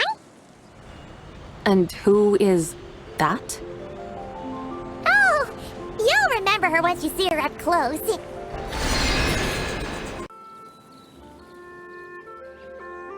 there, Lu Shengsheng! It really is you! Huh? Paimon, Traveler, and the White Horse Adeptus. Fancy seeing you here. The White Horse Adeptus has a name now. You can call her Zabai. And you are... Wait. I remember now, you're... Don't say anything about food poisoning or fish. You're the young lady who wanted to rise above the rest, are you not? Yes, that's me, but I'm in a bit of a state right now. At best, I can say I've fallen below them. Fallen below them? What happened? Like I said the last time we met, I'm being punished according to family rules. My father, mother, grandfather, grandmother, other grandfather, other grandmother. Oh, that's a lot of family members. Yeah, and on the night of Lanternlit, they held a family meeting to discuss my situation. So, they do care about you. There's no doubt they care. But they think that since I caused all that trouble in Liyue Harbor, it shows I can't be trusted on my own. They decided to ground me. Ground you? Yeah, though they're not confining me to my room. Instead, I have to personally nurture a tea seedling until it grows big enough to be sold at market. Aw, a tiny little tea baby. Do they want you to experience what it's like to be a parent? It's supposed to cultivate my character and temperament. They say this will help me calm down and reflect on my issues. What happened in Liyue Harbor really wasn't your fault. Oh well, at least this punishment doesn't sound too harsh. So, how long will it take for the little tea baby to grow? Actually, I don't know. I've never grown a tea tree before. It usually takes 2 or 3 years. 2 or 3 years? Yes, the tea in this garden requires 2 or 3 years to mature. That long? Zabai, you're not making this up, are you? How do you know so much about growing tea? When the plants thrive and grow, that is the meaning of my name. I can tell at a glance when their season of ripening will come. Do I really have to waste 2 or 3 years here? Why is this happening to me? I'd only just found my direction in life. Yes, during the night of Lanternlit, I heard many people reciting poems from long gone in praise of the moon. In that moment, I suddenly felt a great sense of pride. I mean, I helped excavate cultural artifacts from long gone, so I contributed to the revival of these poems too, right? So I decided to stay with the archaeological team. I want to unearth even more history. I see. And are you sure that's what you want to do? If you don't achieve anything significant in the years to come, will you still enjoy it? Yes, because archaeology gives me that boom shakalaka feeling. Wait, did Xiangling teach you that? That's right. I was asking her for advice. She said that if something gives you that boom shakalaka feeling, then it has to be worth pursuing. I immediately thought about how, when I'm excavating in the ruins, I always feel like there's a ghost standing beside me, and not in a spooky way.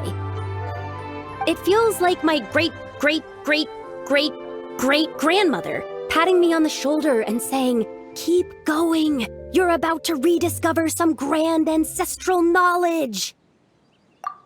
Right? It feels like I've made some kind of connection with my ancestors. Isn't that amazing? Since you've made up your mind, you should give it your all. And I'd love to, but I'm still grounded. Run away, summon up a little boom shakalaka, and leave the tea garden behind. Flee this village. That might be going a bit far. You don't want to lead others astray, Zabai. Yeah! Tell them about your great-great-great-great-great-grandmother. She must be the most super-duper ancestor to have ever risen above the rest, right? I'd be better off telling them about the White Horse Adeptus. After all, she's the supreme riser above the rest who saved my great-great-great-great-great-grandmother. Then it's settled. Tell your family that your decision has my blessing. Thank you, Tsubai, but I don't think cosplay is going to work on them. They won't listen. They don't need to listen. You need only follow the rules they've set out for you. What do you mean? As I'm sure you know, some ancient texts refer to the White Horse Adeptus as the Daughter of Time. My family history contains such records, but what of it? If the White Horse Adeptus were to manipulate time to make your tea seedling grow overnight, then you'd be free, correct? Is that how it works? If the White Horse Adeptus were to really get involved, my grandfather would let me leave right away, but who really believes that she'd show up and help? It's not as if you have any other options. Why not try calling out for help? It won't cost you any more. Guess I might as well. I've got no better ideas anyway. White Horse Adeptus, if you can hear me, please save me from my predicament!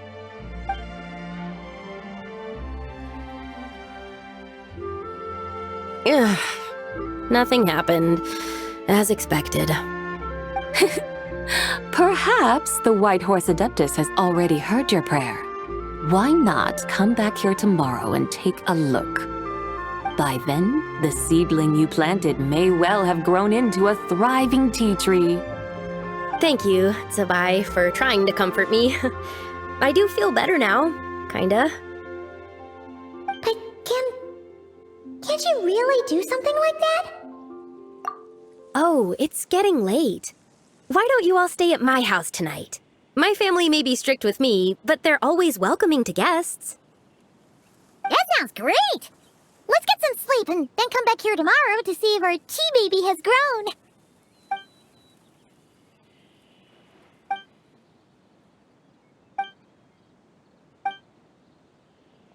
Oh, the tea tree!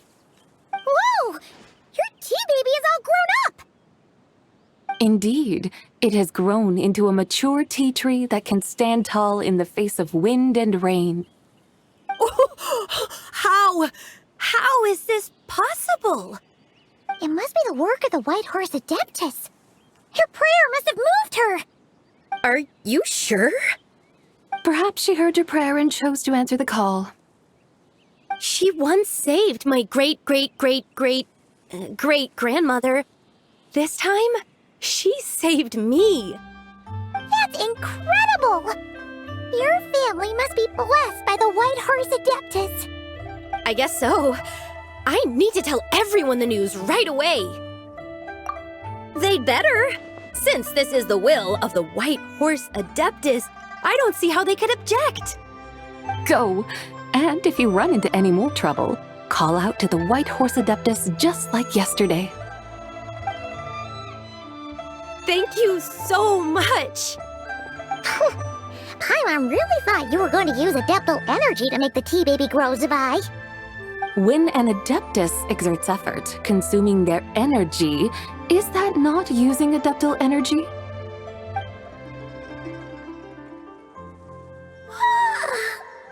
Alright. What are we doing out here in the middle of the night?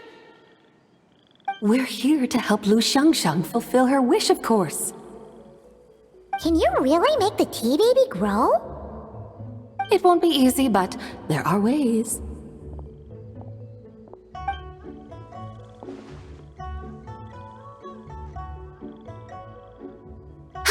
There, it's grown. Hey! You just transplanted a tea tree from over there! So, there's a mature tea tree here now, yes? Well, yeah, but... And am I not the White Horse Adeptus? Well, yeah. Is this tea tree then not a manifestation of the White Horse Adeptus's will? You're... not wrong. But again, there's something not quite right about this. Maybe become another mystical Adepti tale recorded in their family history. That would be marvelous. Paimon thinks so too. Hey, Traveler! Sabai seems to be doing much better now, don't you think? Oh! Paimon bets that's why Zhongli chose to send her on this errand. Huh, that's a great idea! We've already shown her Liyue Harbor, Yuan Wharf, and Xiaoying Village. How about we head to Qingce Village next? Qingce. That name sounds familiar. The scenery there is really beautiful. Pretty, too. It's the perfect sightseeing spot. How about we show you around? I must say, I have been mightily impressed by the mountains and waters of Liyue. Please lead the way, my dutiful guides. Alright, let's go!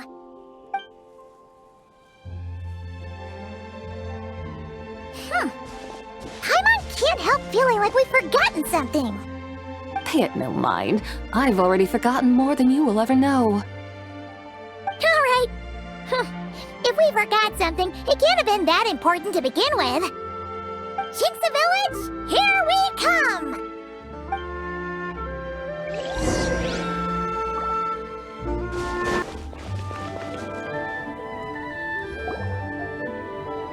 We should plant cucumbers.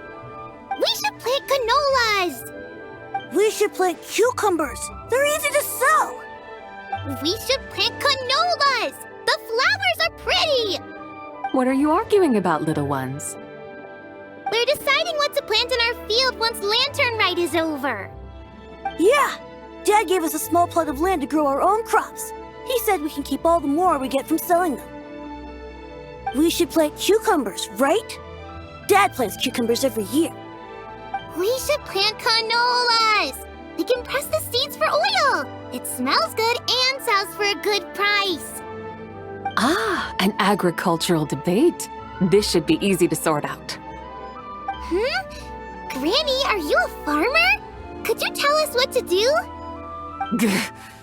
Granny? What did you just call me, you rapscallion? Oh no, her eyes are gonna turn red again. It's just, my granny smells really nice, and you smell nice too, so... Sorry. How about we call you Auntie instead? Auntie? Oh, alright.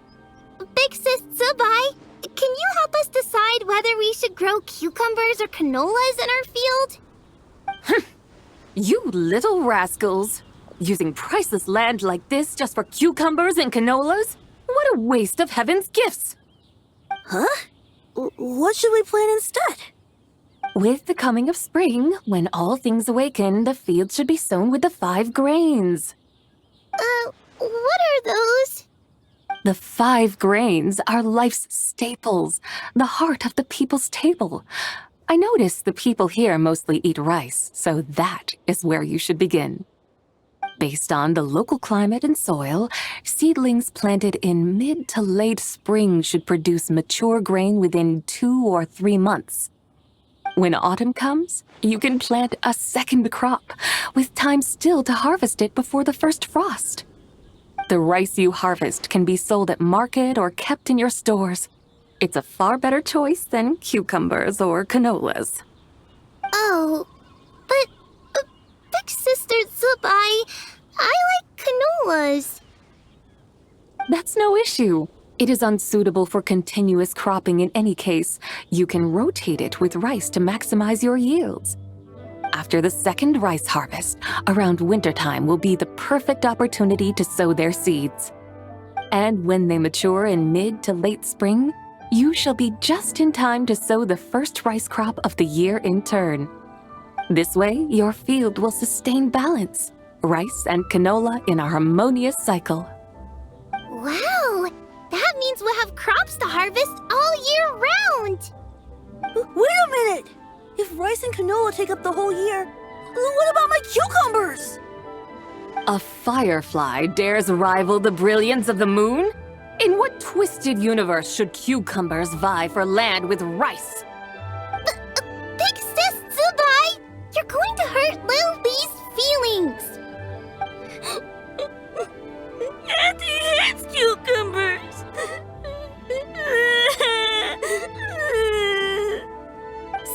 resign this instant! I meant that cucumbers are simple enough to grow. There's no need to devote a whole field to them. Just find an empty corner of your yard, scatter some cucumber seeds in the earth, and before you know it, you'll have a thriving patch of vines. Cucumbers delight in sunlight and moisture, but they suffer in cold weather. If you wish to plant them this early in the year, you should make sure they're protected from frost. Wow. Is it really that simple? Let's hurry home and get started right away! Are you really in that much of a rush? Well, thanks, Big Sis Tsubai, who's fierce but really good at farming. We gotta go! Thanks, Big Sis Tsubai! See you around! Paimon never imagined you'd know so much about farming. What's so strange about that? The people of Longon called me the god of soil and grain. Are the fields not made of soil? Is rice not one of the 5 grains? Huh. That's true.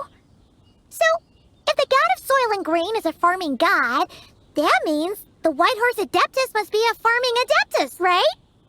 Of course, the god of farming is down to earth. Mind your tongue, impertinent child. How dare you diminish the lofty bearing of an adeptus?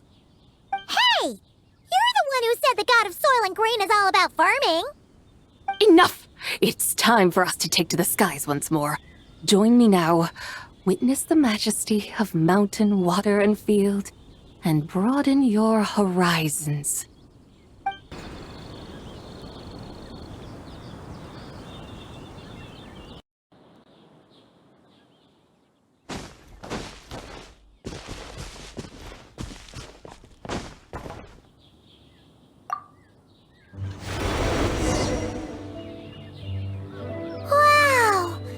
Terraces look so pretty from up here.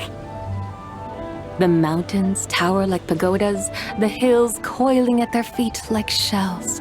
Layers built upon layers, rising and falling in harmony. A truly unique and mesmerizing sight. Thinking about it, you have a special connection to this place, you know. A special connection? Yeah! There's a local legend about a white horse leaping from a pure spring to follow Rex Lapis into battle. Don't you remember? You must have been living in seclusion around here. That does sound somewhat familiar. Oh, and if we keep going up this way, we'll reach a super duper spooky spot. You might have a connection to that place too. There's an ancient array that seals away the remains of a fallen god. A god's remains? Yeah! The people of Liyue turned that story into an opera called The Sanctification of Tao Do. Does that ring any bells? Tao Do. Huh. The 7 and 8 gates array. That's right, that's right! You do remember! Bune, the god of the underworld, who could pacify the forces of life and death. Huh? So, Tao Do had another name? Let's go take a look.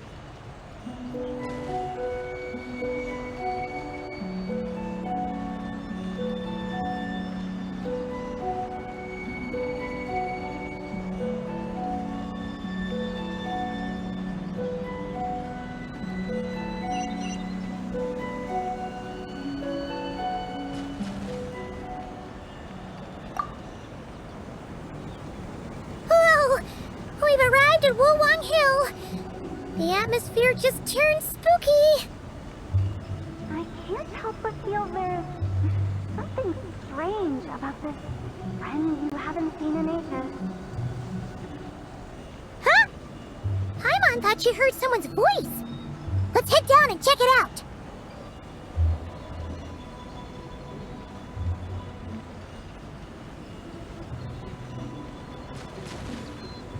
I can't help but feel there's something strange about this friend you haven't seen in ages. Strange? Whatever do you mean? Her strangeness defies description. This Miss Zabai is a full-blown enigma, don't you think? I'm afraid I have no idea what you're talking about. Aren't you worried about sending her all the way to Yilong Wharf on her own to buy tea? What if she gets lost? Where there are people, there are paths. Now I'm the one with no clue what you're saying. She can ask for directions. And then what? She will meet strangers in unfamiliar lands, build friendships, part ways. Hers will be a long journey indeed. The further the journey, the more footprints one leaves behind. The deeper those footprints, the harder it is for time to erase them. Ah, so you want her to make new friends. I see. But from what you say, it sounds as though she's not from Liyue. I believe she was not, but perhaps she will be. You're sounding stranger by the second. Huh. Oh, over there. Oh, look who's here. Hotel! Zhongli! What are you doing here? Traveler, Paimon, fancy meeting in a place like this. Oh my, and Miss Zabai too. Sounds like fate to me. We were taking Zabai to buy some tea from Yilong Wharf. Zhongli sent her there, though she didn't even know the way, and... Oh, drat! We forgot the tea! Oh, Paimon knew we were forgetting something. Why didn't you say so earlier then? What's done is done. There's no need to dwell on it. Fresh tea grows with each passing year. Let fate deliver it as it wills. Exactly. You can get tea wherever you go. You're hardly running low now, are you? Paimon feels a lot better now that you've said that. Still, I'm a little confused. If you were buying tea, how did you end up all the way out here? We're taking Zabai on a sightseeing tour. We started at Liyue Harbor, stopped in at Yilong Wharf, went sightseeing around Xiaoying Village, made our way to Qingce Village, and now we're here. Wow, that is quite the itinerary. Yeah, actually, Paimon thinks it's about time we headed back. I'm here to pay my respects to my ancestors. My dear consultant kindly agreed to join me. It is Lanternlit after all. Adepti and ancestors should be venerated alike. Ancestors? Wait, could you be? Are you heir to the Wuwang kid? Or perhaps the lone butterfly of the Crimson Flame? Whoa, have you got all your memories back? Huh? Miss Zabai, you know about the Wangsheng funeral parlor and the 8 adepts? I happened to hear a storyteller expound on the sanctification of Taodo. Lots of people know that story, sure, but very few can discern my family lineage from just a glance. Well, Zhongli, your friend here really is quite something. Unfortunately, there's no time to dally right now. We have a hill to climb. Perhaps once today is done, we can find time to chat over tea, recite poetry, and admire the moon? That would be wonderful, Director Hu. Oh, and before we go, you've been traipsing around all day.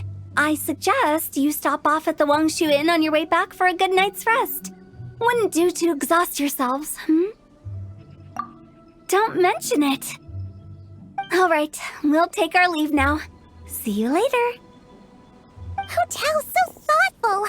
Why don't we follow her advice and stay at the Wangshu Inn tonight? Zabai, you can see the whole of Dihua Marsh from up there. The view's amazing. Plus, you can sample Smiley Yin-Xiao's cooking. Wangshu, an intriguing name. It couldn't hurt to check it out. Awesome! Let's go!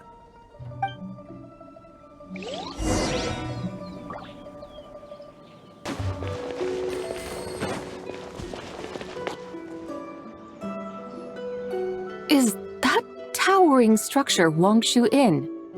Sure is. We can take the lift up from over there. Always walking the path long trodden. Does retracing others' footsteps not tire you? Come on, get in. We'll fly to the top.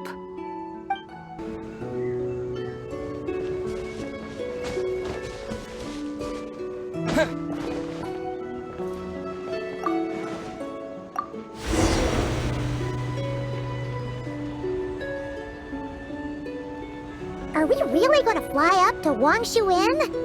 Isn't that a bit showy? All the guests are going to see us. Is that a bad thing? To be able to witness an Adeptus. This will surely add to the inn's appeal, not to mention the room prices. The owner will thank us. You seem to really like showing off your powers. This inn's architecture is incredible, and the surrounding countryside radiates a picturesque charm. No wonder the new proprietor of the Baiju guest house thinks he can't compete and has decided to change his own establishment's name. The new proprietor? Ah, you mean Lu Shengsheng's dad. So you know about that, too. Personally, Paimon thinks it should go with something like Rex's Rest. That's a contender's name if Paimon's ever heard one. A fitting name indeed. So you think the guest house should change its name, too? Paimon kinda thought you'd say something like, such sacrosanct traditions must never change. Time flows ever onward. Why should the rules of yesterday be carried forward into the world of tomorrow? The people of today should determine what is to be kept. Huh. You're not as old-fashioned and stuffy as Paimon thought. The years ebb and flow, seas recede to reveal fields. In the vastness of time, I am but a wild horse in a boundless sea of dust. Even Rex Lapis, having waded through the waters of the river of time, is not quite the same as before. Zhongli? What was he like before? That is another story for another time.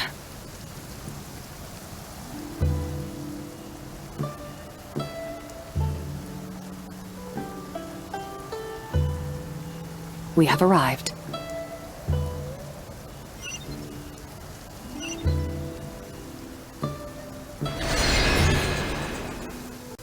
Whew. This is the first time Paimon's ever flown up to Wangshu Inn on a chariot. Everything's so different when you're up high. Wangshu. Like moon lanterns and shell lanterns. Might it all be a coincidence? What's a coincidence? Do you not know what Wangshu means? Not bad. You're clearly much sharper than your diminutive companion. Wangshu can refer to the moon, but its original meaning is actually the goddess who rides the bright moon's chariot. And you must be the conqueror of demons. Chow! Paimon was wondering if we'd disturbed you by flying down from the sky. Not at all. I sensed an unusual presence long before you arrived, though I didn't expect it to be you in a flying chariot. Ah, a witness at last. I was starting to think we should fly a bit lower. 'Twould be awfully dull if no one ends up marveling at my lofty bearing. No need. This is already showy enough. I'm not one to do good from the shadows, as Rex Lapis is wont to do. Then you must be... Nay, I'm only cosplaying as the White Horse Adeptus, in truth. Cosplaying? What's that? Ugh, ignore her nonsense. She's a genuine article, the one and only completely authentic White Horse Adeptus. It's just... Xiao, did Zhongli say anything about her being a teensy bit... not quite right? Mental instability, perhaps? Did Zhongli tell you that? No, This is my own speculation. Oh, you've pretty much hit the nail on the head. It's like her brain's filled with a bunch of slimes right now. All gloopy and messy. There's a hot-tempered pyro slime, a math-obsessed hydro slime, and a mischievous little animal slime. But don't tell her Paimon said that, or she'll come and tell us all off. You white-haired rascal! Do you think I can't hear you? Uh-oh! We're in for it now! White Horse Adeptus. You must be wary from your journey.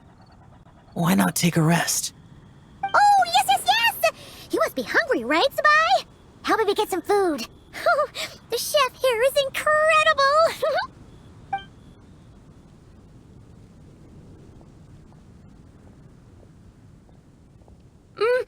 It's so hot! So spicy! Are you okay? Do you want Paimon to get you some water? Don't worry about me. I just need to pace myself.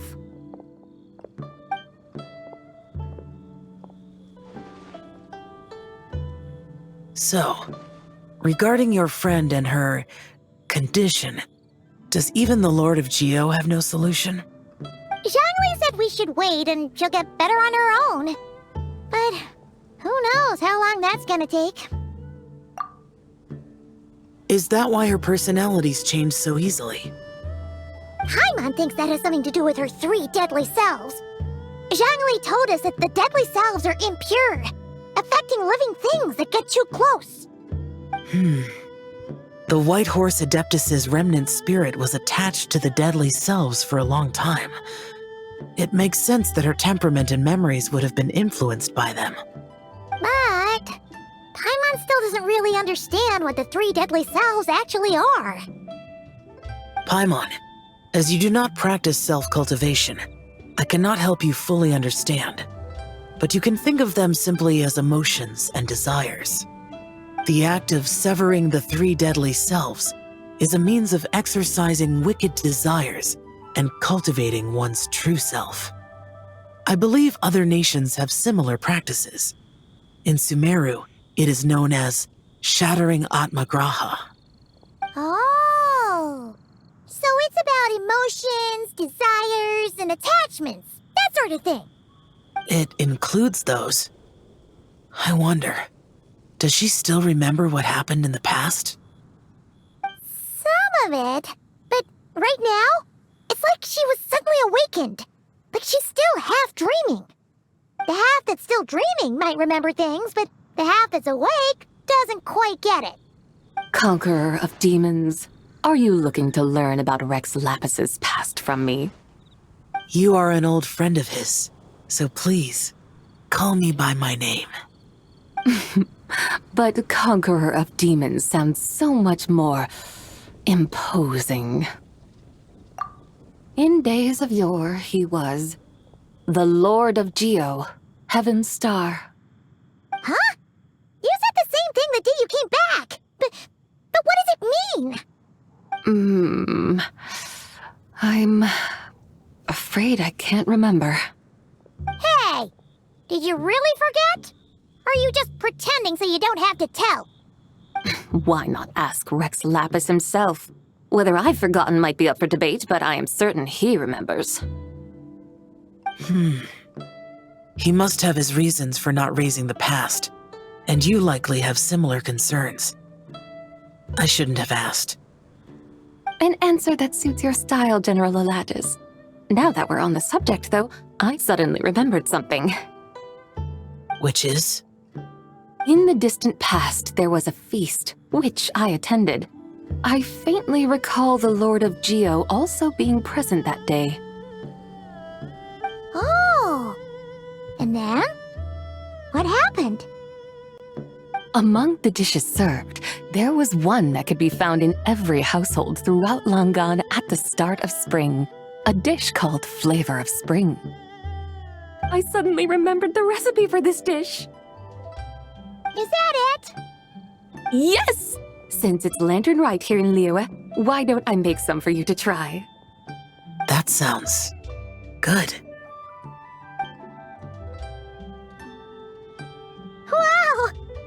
have been the story Paimon was hoping for, but this looks delicious!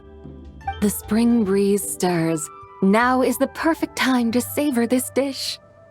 My dutiful guides have gone to great trouble to show me around Liyue, and even the conqueror of demons has graced us with his presence. I feel deeply honored. This flavor of spring is my way of expressing my gratitude. There's no need for such grand words. What's this? Hey!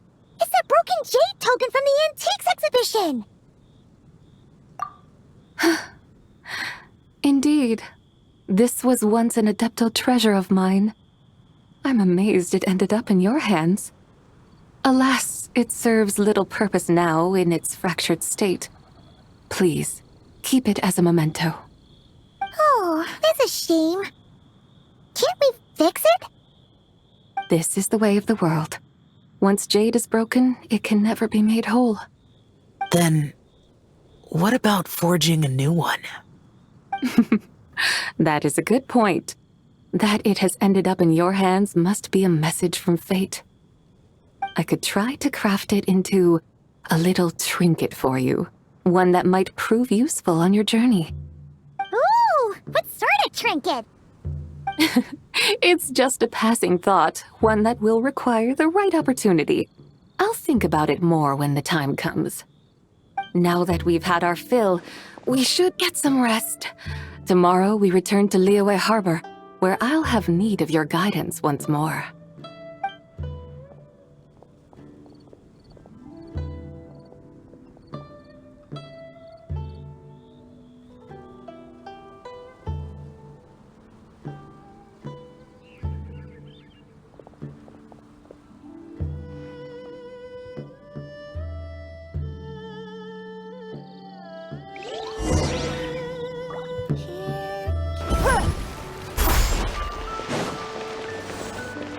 Chi-Chi, the lantern rite is almost over.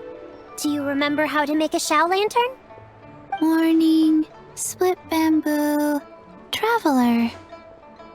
And get silk, make Paimon. You've got it all mixed up again. They're here again. Yow! Looking good in that new outfit, huh? Hey, it's Paimon!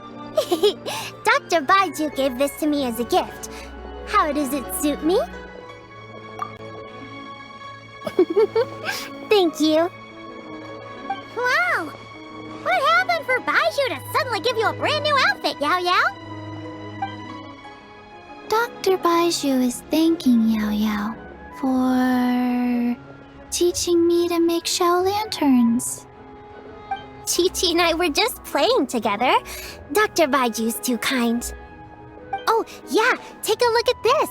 Dr. Baiju gave me these clothes, but it was Chi-Chi who wove this little basket. Wow, it's beautiful. When did you become so good with your hands, Chi-Chi?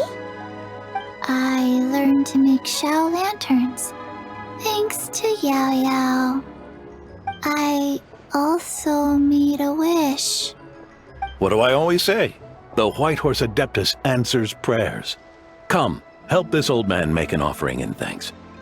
Huh? Mr. Liu? What did you pray for? For my idiot son to finally come to his senses and not change Baiju Guest House's name, which he has. Huh?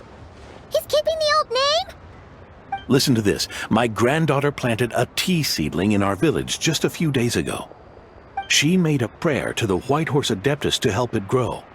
Overnight, her seedling flourished into a mature tea tree.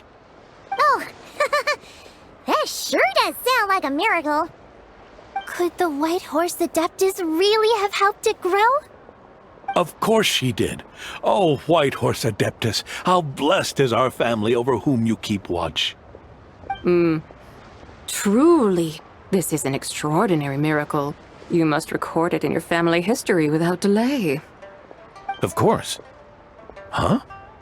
Is that you, Miss Zibai? Indeed. I have a long-term booking at your guest house. Yes, I recall. Mr. Zhongli said to charge your expenses to the Wangsheng funeral parlor, if I remember correctly. That's Zhongli. Always making trouble for poor Hu Tao. I noticed when you were here last that you bear a striking resemblance to the pictures of the White Horse Adeptus in my family history. You both have golden eyes. Perhaps fate has had a hand in our meeting. And a glad meeting it is, Miss Zabai. Now why don't I gift you some tea from my garden to celebrate this encounter? We grow Sunghua tea there, and it has quite the reputation throughout Yilong Wharf. I hope you will accept it. Oh! Sunghua, buy 10 boxes, get half off teas, back on the menu. Buy 10 boxes, get half off? Don't be silly. This is a gift. It's free. Woohoo! Nice! Thank you so much, Boss Lou. There's no need to thank me. You're a visitor from out of town, which makes you an honored guest. Make yourself at home. Lanternlit may have ended, but the streets are still bustling with activity. Make sure to take everything in, meet some new friends, and enjoy your time here. And that goes for you kids as well. Happy Lanternlit. Got it, Mr. Liu. Happy... Lanternlit. Yeah! Happy Lanternlit, everyone! Happy Lanternlit indeed.